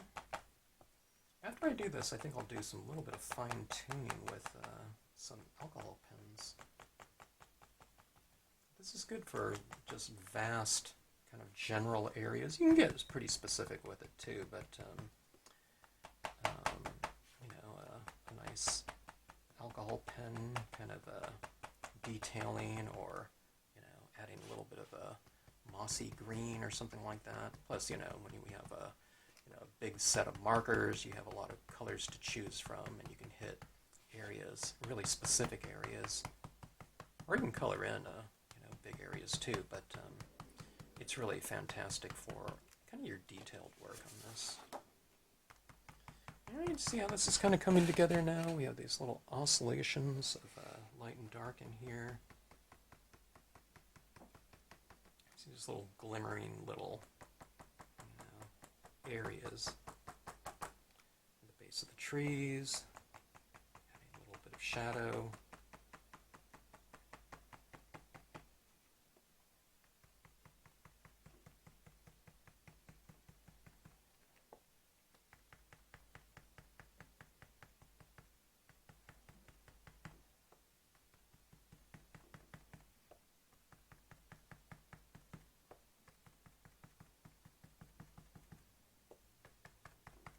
We're getting these big 11 by 17s. I'm telling you, it's like a workout here. All this tone being added down. It is fun though, watching it develop. Kind of a larger piece, like this, but that's a lot of area to cover. All right, taking care of some of my rocks back in here.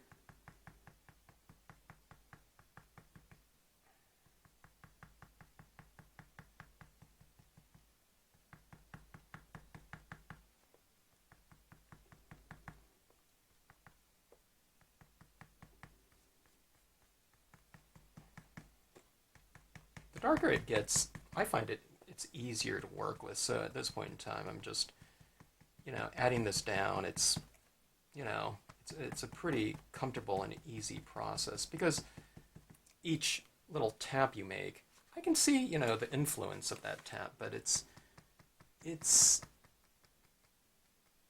not as big of a change adding dark over a fairly dark area, where when adding kind of medium or light over white of the paper, you can really tell what you're doing. But this is just like, it's coming into like focus. Imagine you had a knob or a dial with 2,000 little steps or something like that. It's just like you're taking that and you're turning it ever so slowly, regularly, but, you know, if there's that many steps, any one particular application, you know what I mean? It's not that big of a change, but you do see the influence of those applications, though. It's just that each one, you know, holds kind of a, you know, smaller degree of importance because it's just less visible. It's like right down here, I just tapped for a little bit, and it just got a little bit darker each time.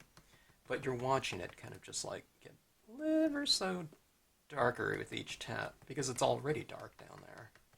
Okay. So I mean, it took a while to kind of build into it. But like I said, this is a big, huge scene. That's why I don't do them too often. Okay. I'm treating every little area here. Trying to, or getting around to it. Not yet, but I'm treating every space like it's, like that can be a little hole, you know. Someone could drop their line into that area and catch a nice fish, you know. Whatever it might be in this area. I don't know, what type of fish do you want to go for? Or did you know someone that used to fish, and what was their favorite thing to catch, you know?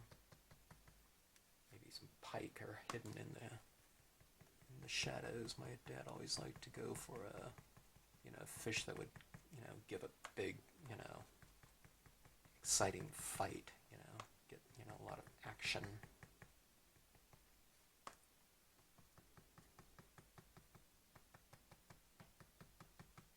I didn't go fishing with them too often. When we were kids, we'd go a lot of freshwater fishing up in Sierras. You know, it was all rainbow trout. Sometimes we'd catch a golden or a brown, German brown, I think they called it. And then we'd go surf fishing for perch, just off the beaches.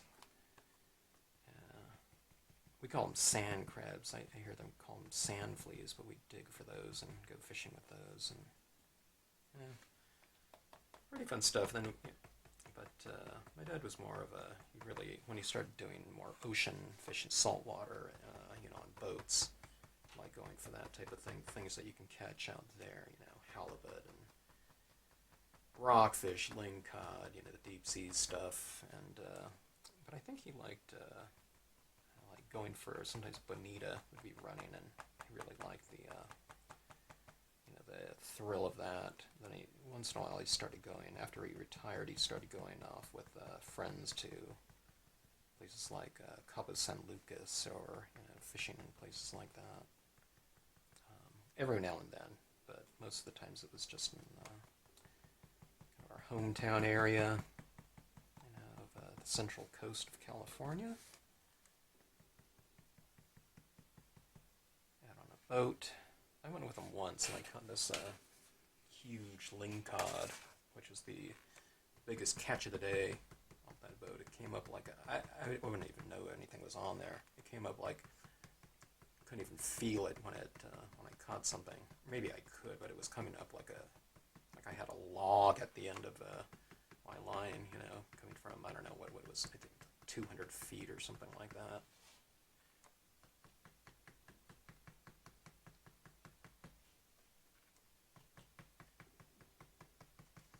Alright, this is really starting to come together now. I'm really starting to see some tone.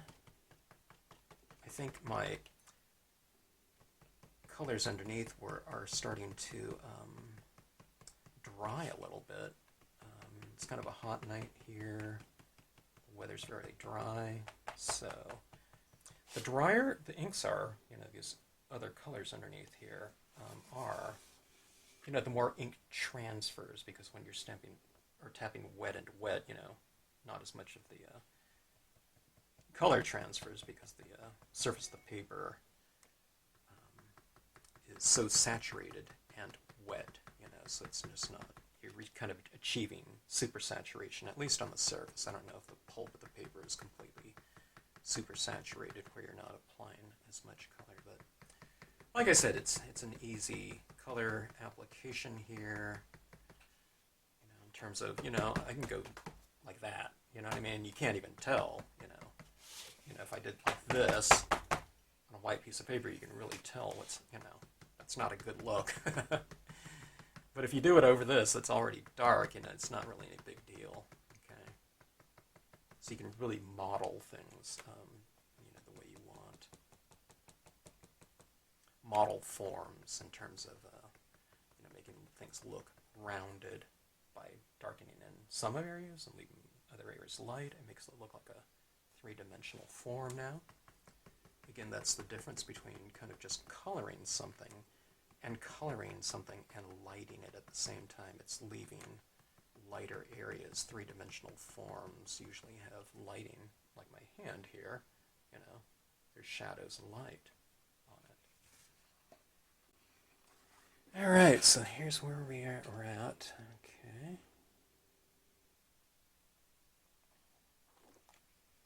Some of these areas are a little bit too light in here, but I'm leaving them for some additional potential colors to be added in there.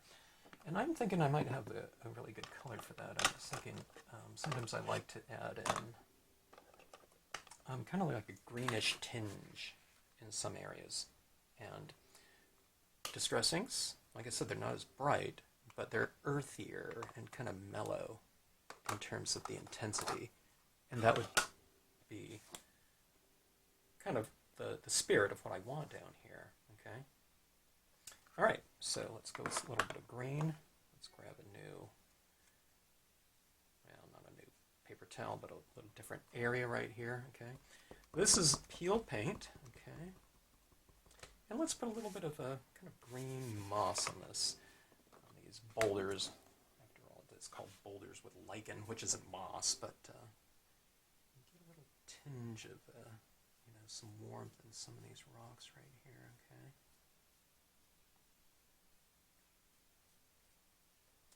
Yeah, let's show you what those look like. All right, see that right there? Look at that glow. Now see over here. It's a little bit more, I don't know. It's different, right? You see that kind of warm glow in there? So we're not only we're changing kind of our temperature in here. I mean, there's some warmer tones underneath there, but they're very, very subtle, when it comes to that antique linen, okay? Sanding this down. Am I going to take everything out? No. So you oscillate it, kind of leave some areas a little bit lighter, and put a little touch in there. So you're just kind of applying a little bit here and there, okay? Kind of take a look at your pieces from distance too. Hold it at an arm's length and see how what you're doing is influencing the piece, okay? And that will tell you if you kind of want to add more, or if you want to just keep it where you've applied it, okay? To the degree you've applied it. All right, so see that right in here?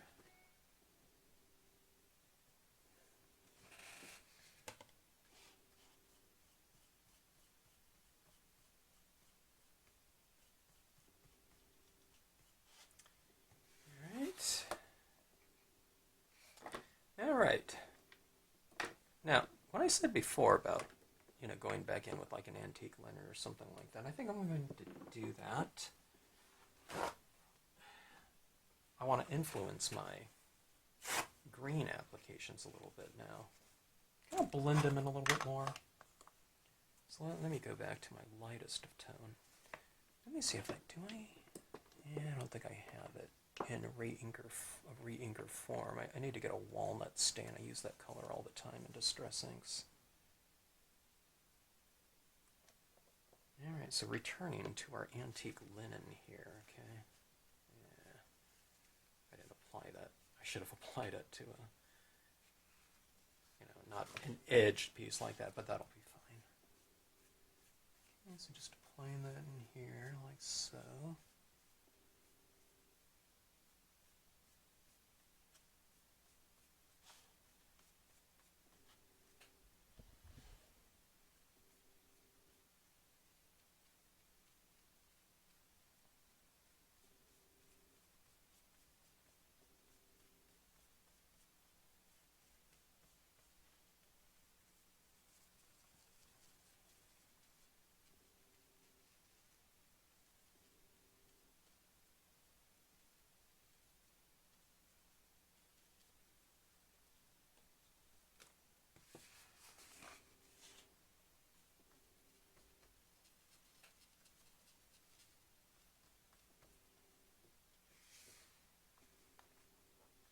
It's big, that's for sure. Oh, I forgot about. I always like my dark brown Marvy. That's always a good one. I think we can use some of that in the rocks. It doesn't necessarily relate to blues and greens, but it just kind of provides a kind of an earthy tone. You know, I've been using the black to add tone and value in here, but you know, the brown is kind of a darker version, or one of the darkest versions, if you kept adding kind of value to the antique linen. You know, it's kind of a beige, right? And a darker version of beige is just kind of brown, and this one's dark brown, so you can use something like that in here.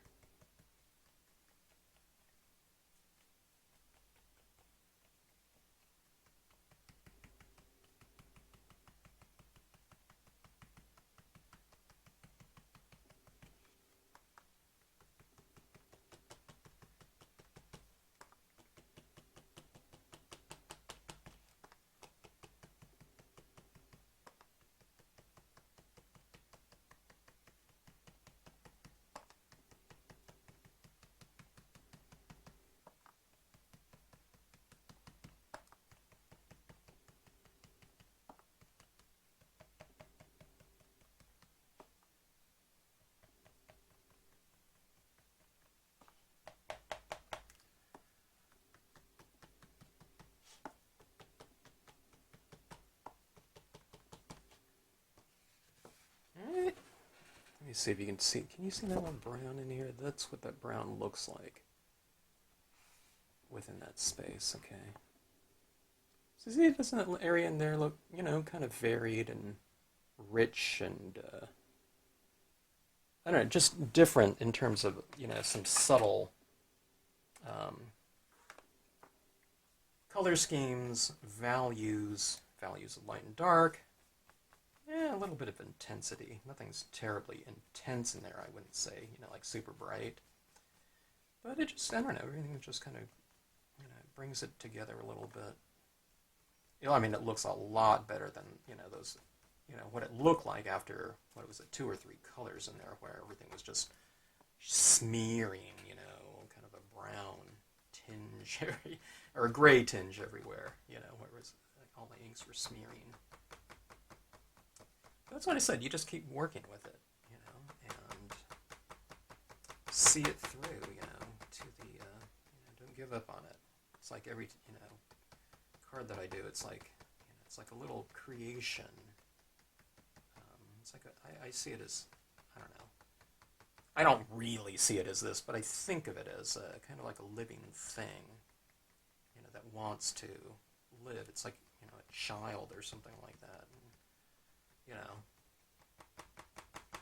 things are kind of unresolved. You know, you kind of, at some point in their lives, you kind of, you know, there's a little bit of conflict, difficulty, you know, and, you know, the child might be frustrated, but, you know, you tell them to, you know, keep working it, you know, and, you know,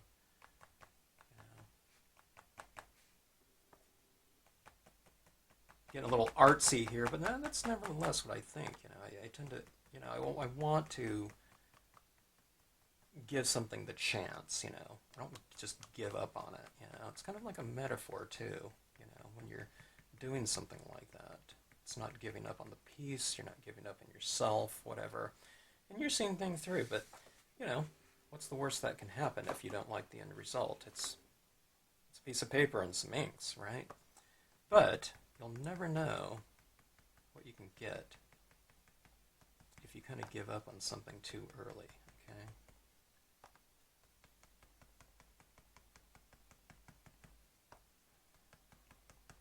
And the whole process should be kind of like a little journey. And everything kind of happens real smooth. Chances are you probably don't learn as much, quite as much, as you do from kind of having to think about something and approach it, you know, accordingly.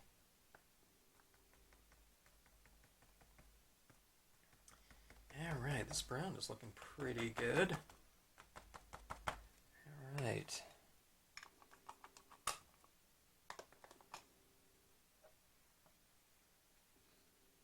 I'm tempted, And I think I will give in to my temptation of going with a little bit of a brighter pink in a couple areas right up here. Look at my little applicators here. Maybe I shouldn't use this one because it has the Caribbean blue on it, but yeah. Who cares? Let's give it a try. What is this right here? Rose pink, okay. Looks like a warm pink, huh?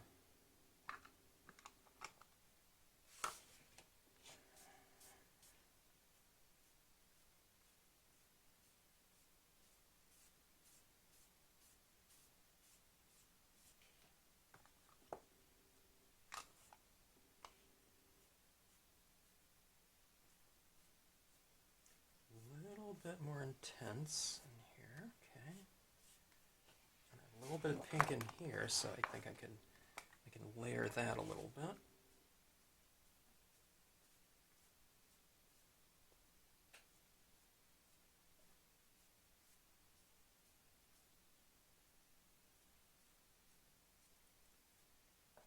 If I haven't said it, I want to wish all the dads out there happy Father's Day. Those that are remembering dads, celebrating them, four-legged dads as well.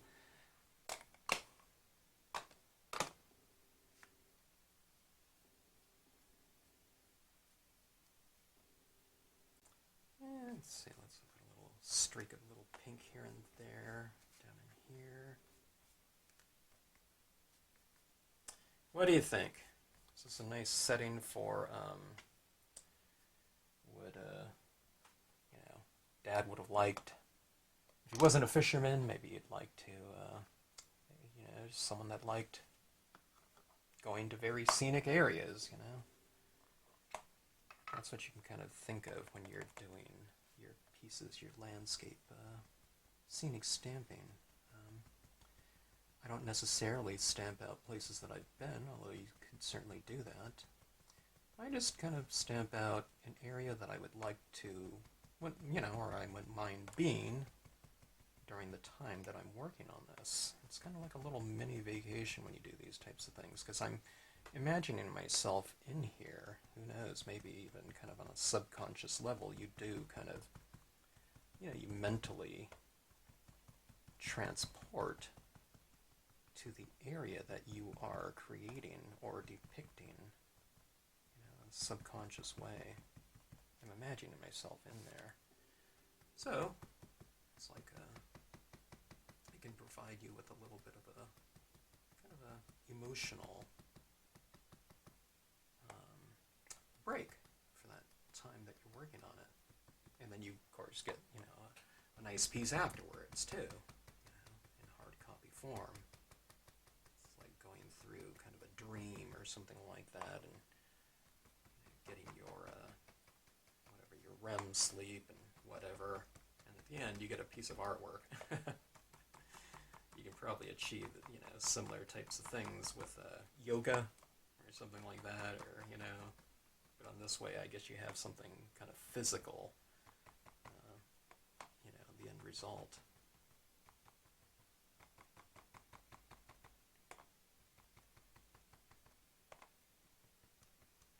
A little refinement, a little bit more black here. Okay.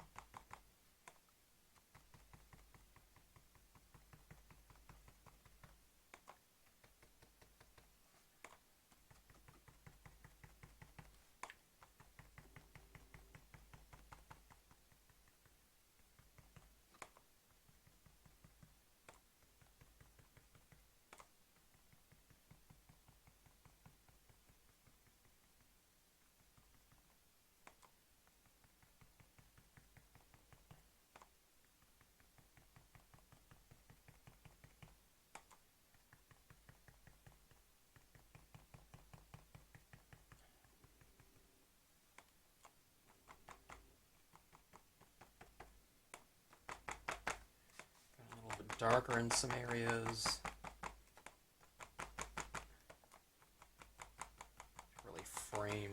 things off.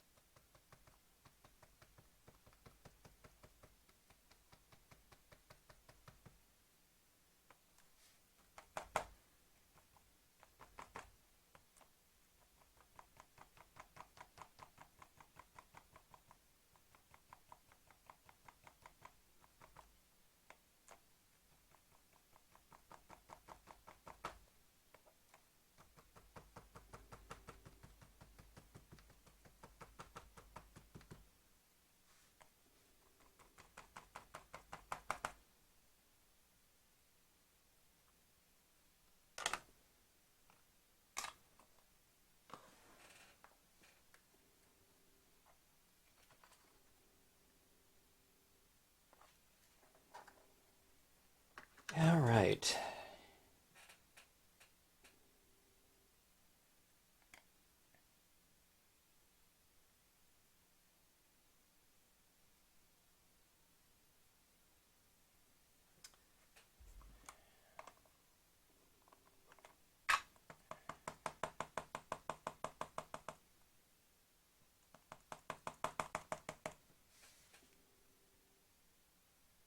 Test sprint. If I've used like a pigment ink on here sometimes before and it's dried, it's not giving me a full kind of a saturation here. So I need a couple test prints. I think it's resisting my ink a little bit, but let me make sure. It looks okay.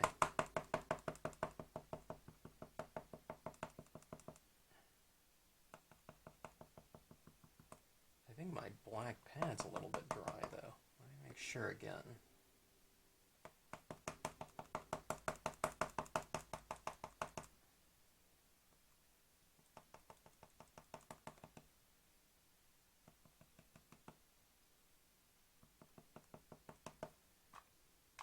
All right, I'm going to wipe off the bottom of this a little bit, kind of the reflection down here, just so it transitions a little bit. Okay, and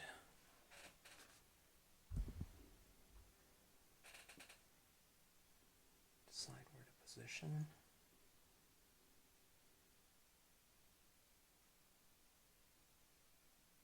Right here.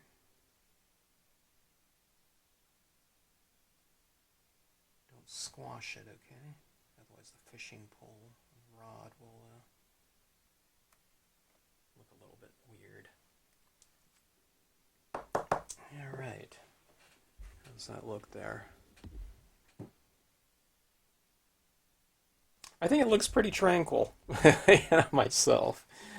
I think that person has it pretty good out there, you know. There's no one around.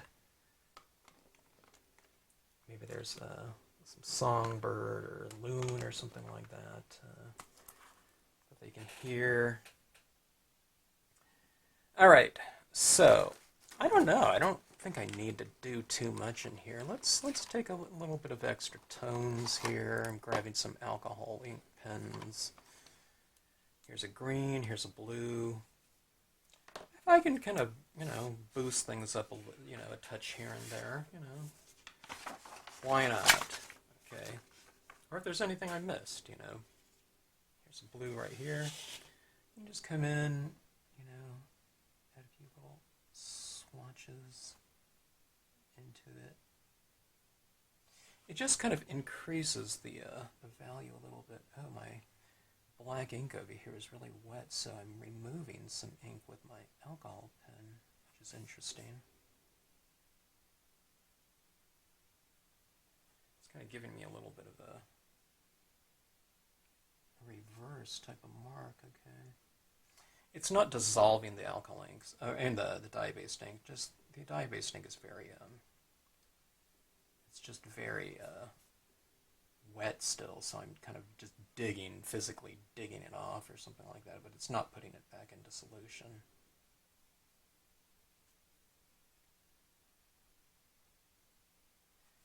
Okay, adding some of these rocks in the distance. And the rocks are fairly,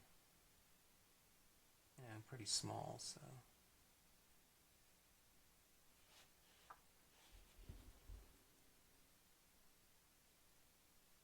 Kind of adding a little bit more shadow around the base of the rocks.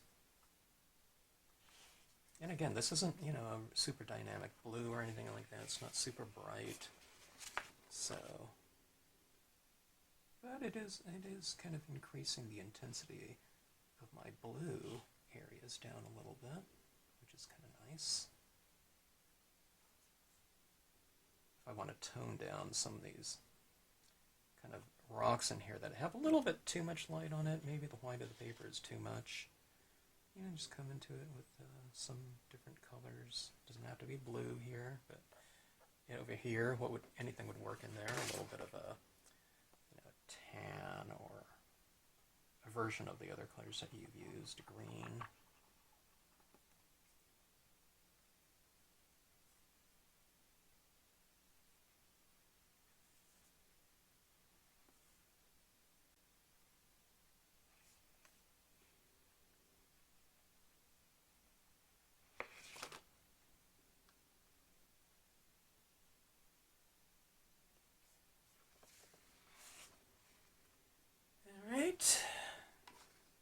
After I've used that blue, I was thinking maybe a pink would be good. Okay, so let's try this one. This one's a soft pink.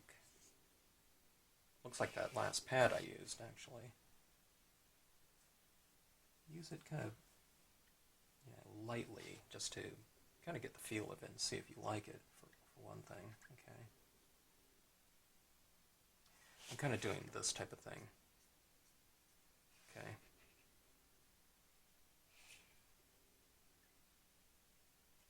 Yeah, it's adding kind of a nice little streak in there of vibrancy, Maybe it's a little bit too bright. I don't want to use it too much. I'll use it kind of sparingly.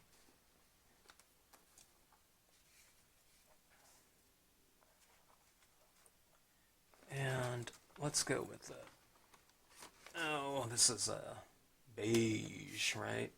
It's real similar to the antique linen. This one's a little bit more yellowish, but real similar. And you can, like I said, you can come in and kind of add it to those areas in which you have already used, a similar tone, and just refine, fill in, blend, whatever. It's not really physically blending, but it's visually blended because you're layering it over other colors, and if it's an analogous color, maybe it'll create a little bit more of a glow in any given area or object, like a rock.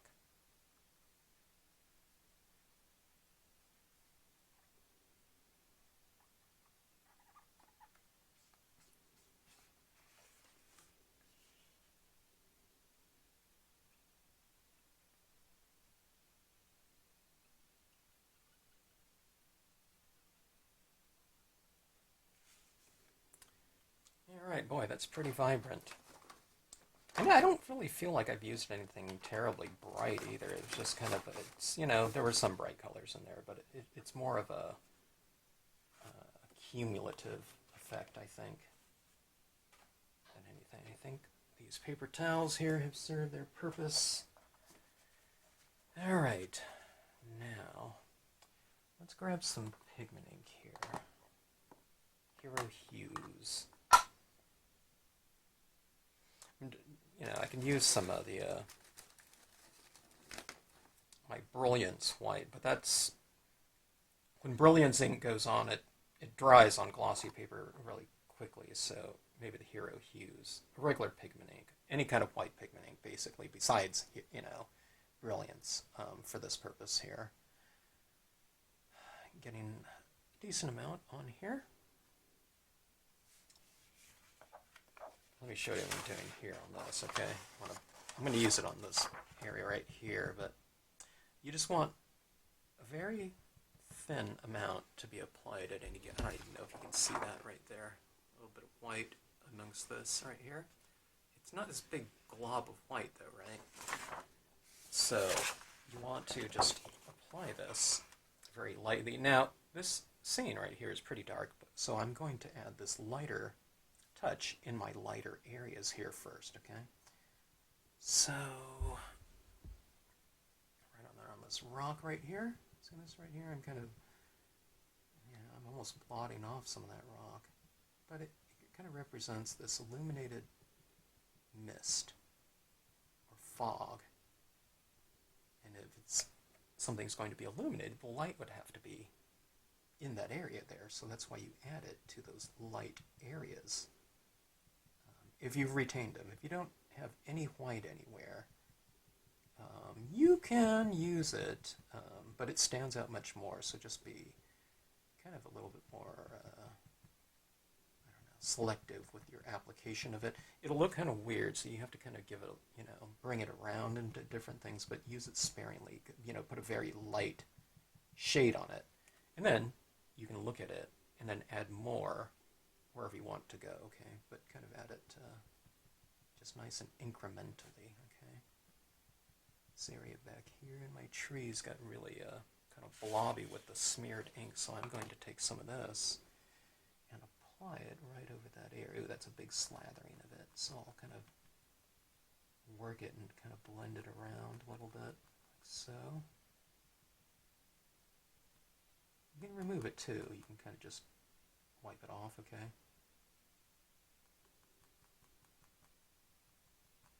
We'll kind of make some of those background trees look a little bit farther away by toning them out, right?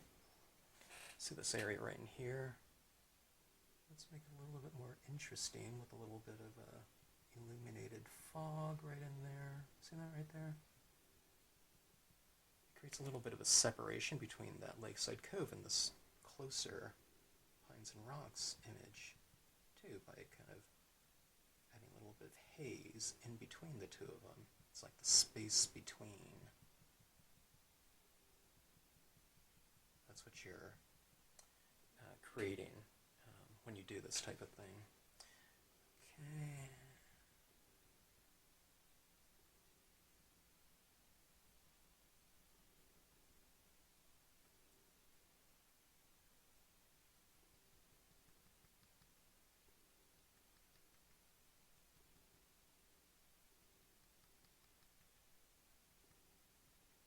See that little haze right in there? Isn't it kind of a nice little visual or touch? It's kind of adding something soft and illuminated. kind of changes the spirit of the piece overall, but especially objects and areas.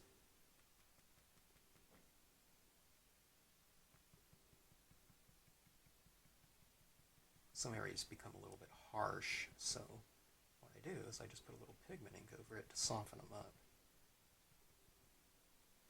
Some areas, if you ever get, some kind of transitioning color that's a little bit harsh, don't worry about it, just, keep working your scene. Then, when you get to this point of it, put a little pigment ink over the top of it, and it'll kind of obscure something. Don't try to erase it completely, but just put a layer of something over the front of it, in the form of like fog or mist.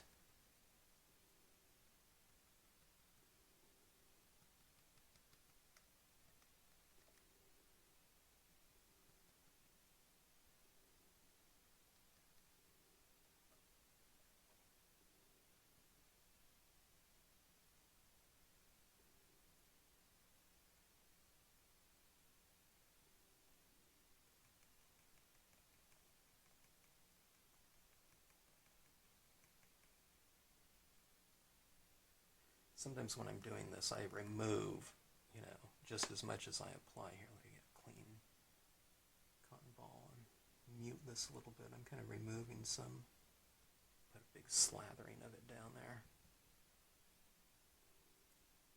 All right, now let's put it over the fisherman. So I'm working off screen. There we go.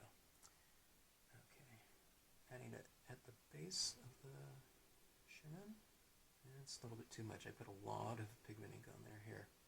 Okay, that's it.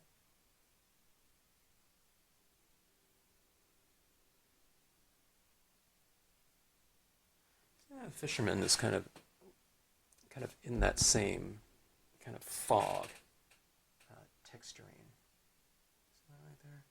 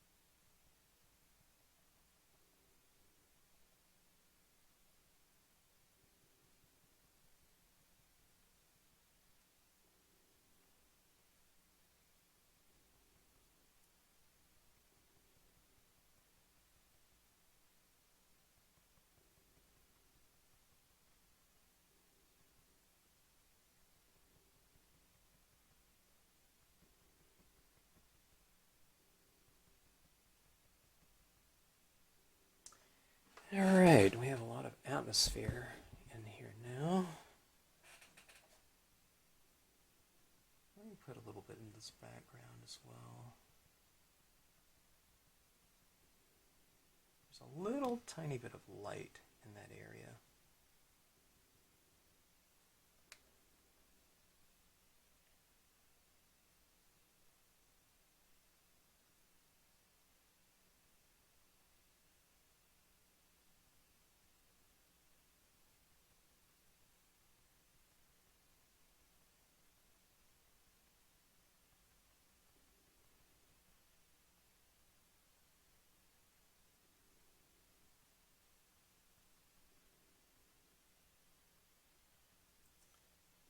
Okay.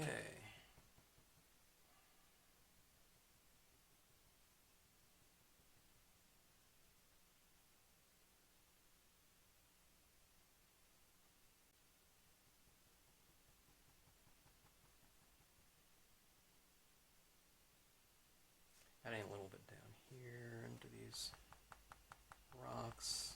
And not too much. I don't want to do too much, but it creates a little bit of continuity. Okay, now let's see. A lot of glare on there. What's going on?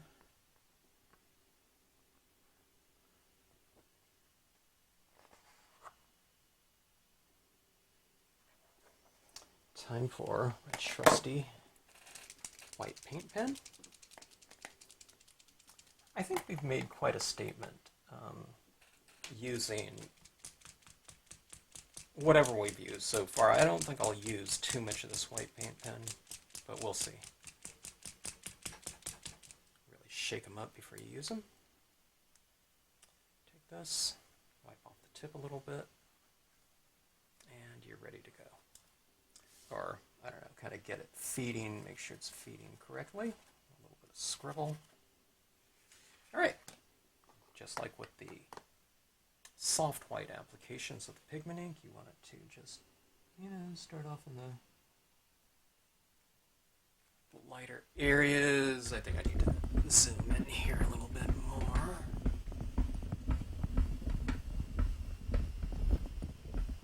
Okay.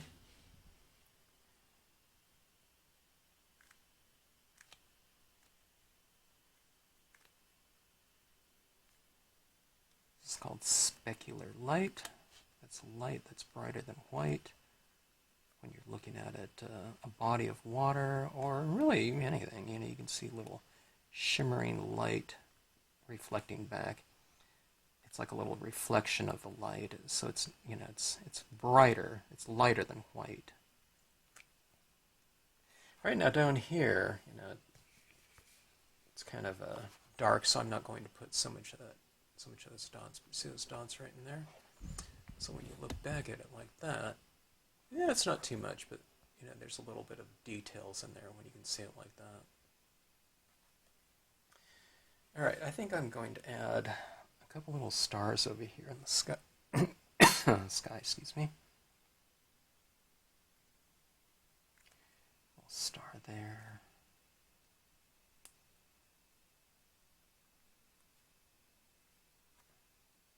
Just something a little bit like that in the darker areas.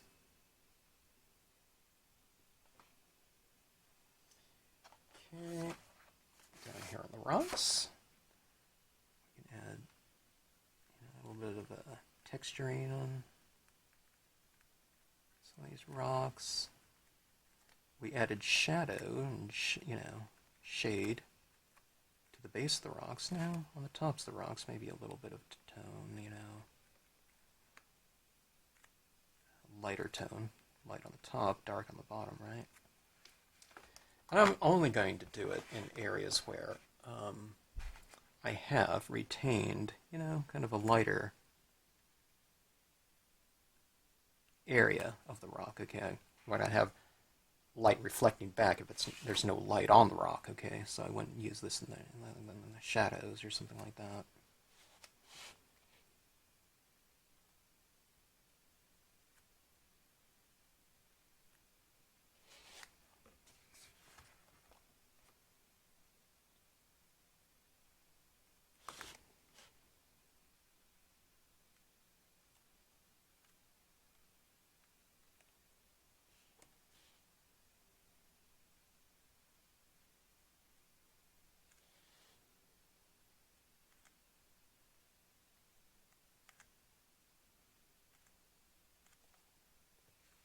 So let me show you what this looks like. See those little highlights right in here? Can you see those little white dots in here? See a little few down here. This little area. And here. And up on this one, quite a few right around in here. Those little types of things add kind of a nice little detail into the piece. I'm going to do something here too. You know how there's like a gold, in here. I'm going to put some gold in here. Just that little extra touch. It's always about those little extra touches, though, isn't it? So, this is my Artistro Gold pen. Alright, it's a dark hue, okay? But maybe if someone ever takes a look at this and kind of holds it at a little bit of an angle, they'll see some little gold on some of these rocks here, you know. We're talking about, you know, this would be kind of the ideal little spot to go fishing in, you know. It's a jewel of a fishing hole, kind of, you know, and day or whatever. But, you know, you can actually put little gold touches maybe, you know, on some of these rocks. And we'll try to keep it fairly subtle. But, you know, it's like kind of an environment where, you know, just things just are sparkling, you know. It's a fisherman's heaven.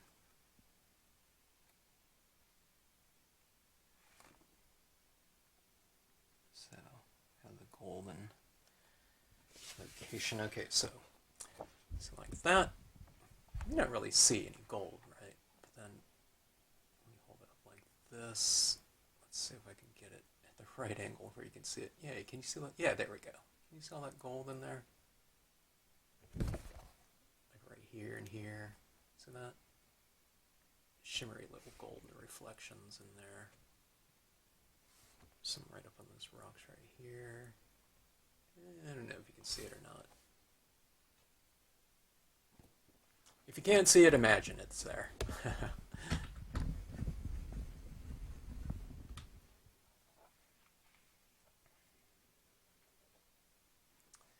Okay, so Fisherman's Hole, Fisherman's Heaven. It's one and the same. A day on the lake.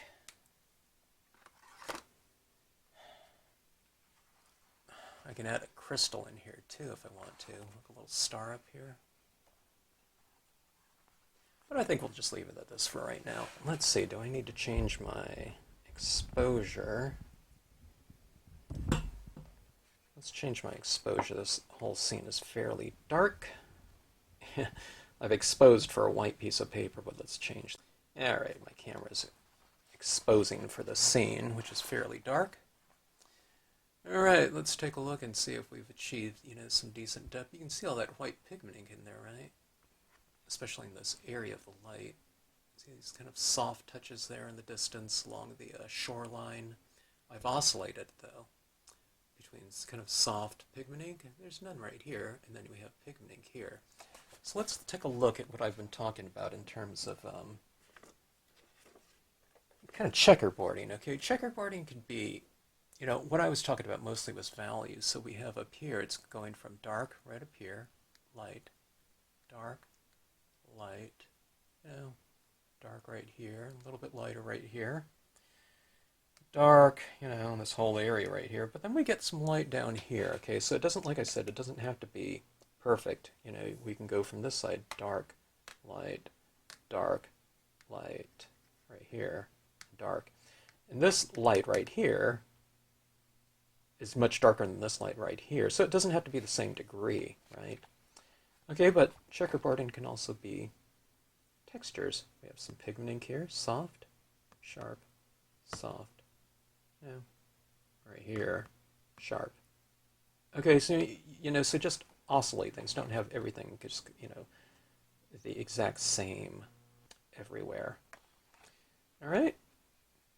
And you'll have a nice varied terrain. Okay, but I don't know, I was able to get some much brighter tones up here. I didn't think I was going to be able to get this, you know, pretty bright pink up here, especially after everything was kind of gray up there. But it just comes to show you what kind of intensity can do. And plus, it was really dark up here. Everything was all gray because it was all smeared. But when you take this and make it much darker than this area right here, then what does this area become? That was kind of dark. Now it's light because it's contrasting against this really dark area up there. Okay? So you can always kind of manipulate things and play around with things and really work them to what I, you know, consider completion. Huge scene right here, of course. So I can't even get it. It's so wobbly here. Here, I'll use a firm hand like that. But yeah, just work things to completion, and just keep layering your colors in there. But remember, when you're doing that, to retain some of these lighter areas, so that you can add a pink in there later on or something like that, or a warm tone, whatever it might be. And if you've left too much light areas, then go back to your lighter tones and just come right back in there again. And just work with it and see what you can do. But anyways, if you made it this far, thanks so much for watching my videos, and I hope you're enjoying them all. And thanks so much for the comments and those that hit the like button. Appreciate it. It'll help kind of draw more people to the channel, hopefully. And I don't know, we can get more people kind of interested in the niche kind of very small community of scenic stamping, and where people can have some fun. Alright, so anyways, thanks again. Thanks as always for tuning into the Stampscape channel, and again, happy Father's Day to all the fathers out there, or the moms, with the dads, or those celebrating their dads, or the memories of them too. All right.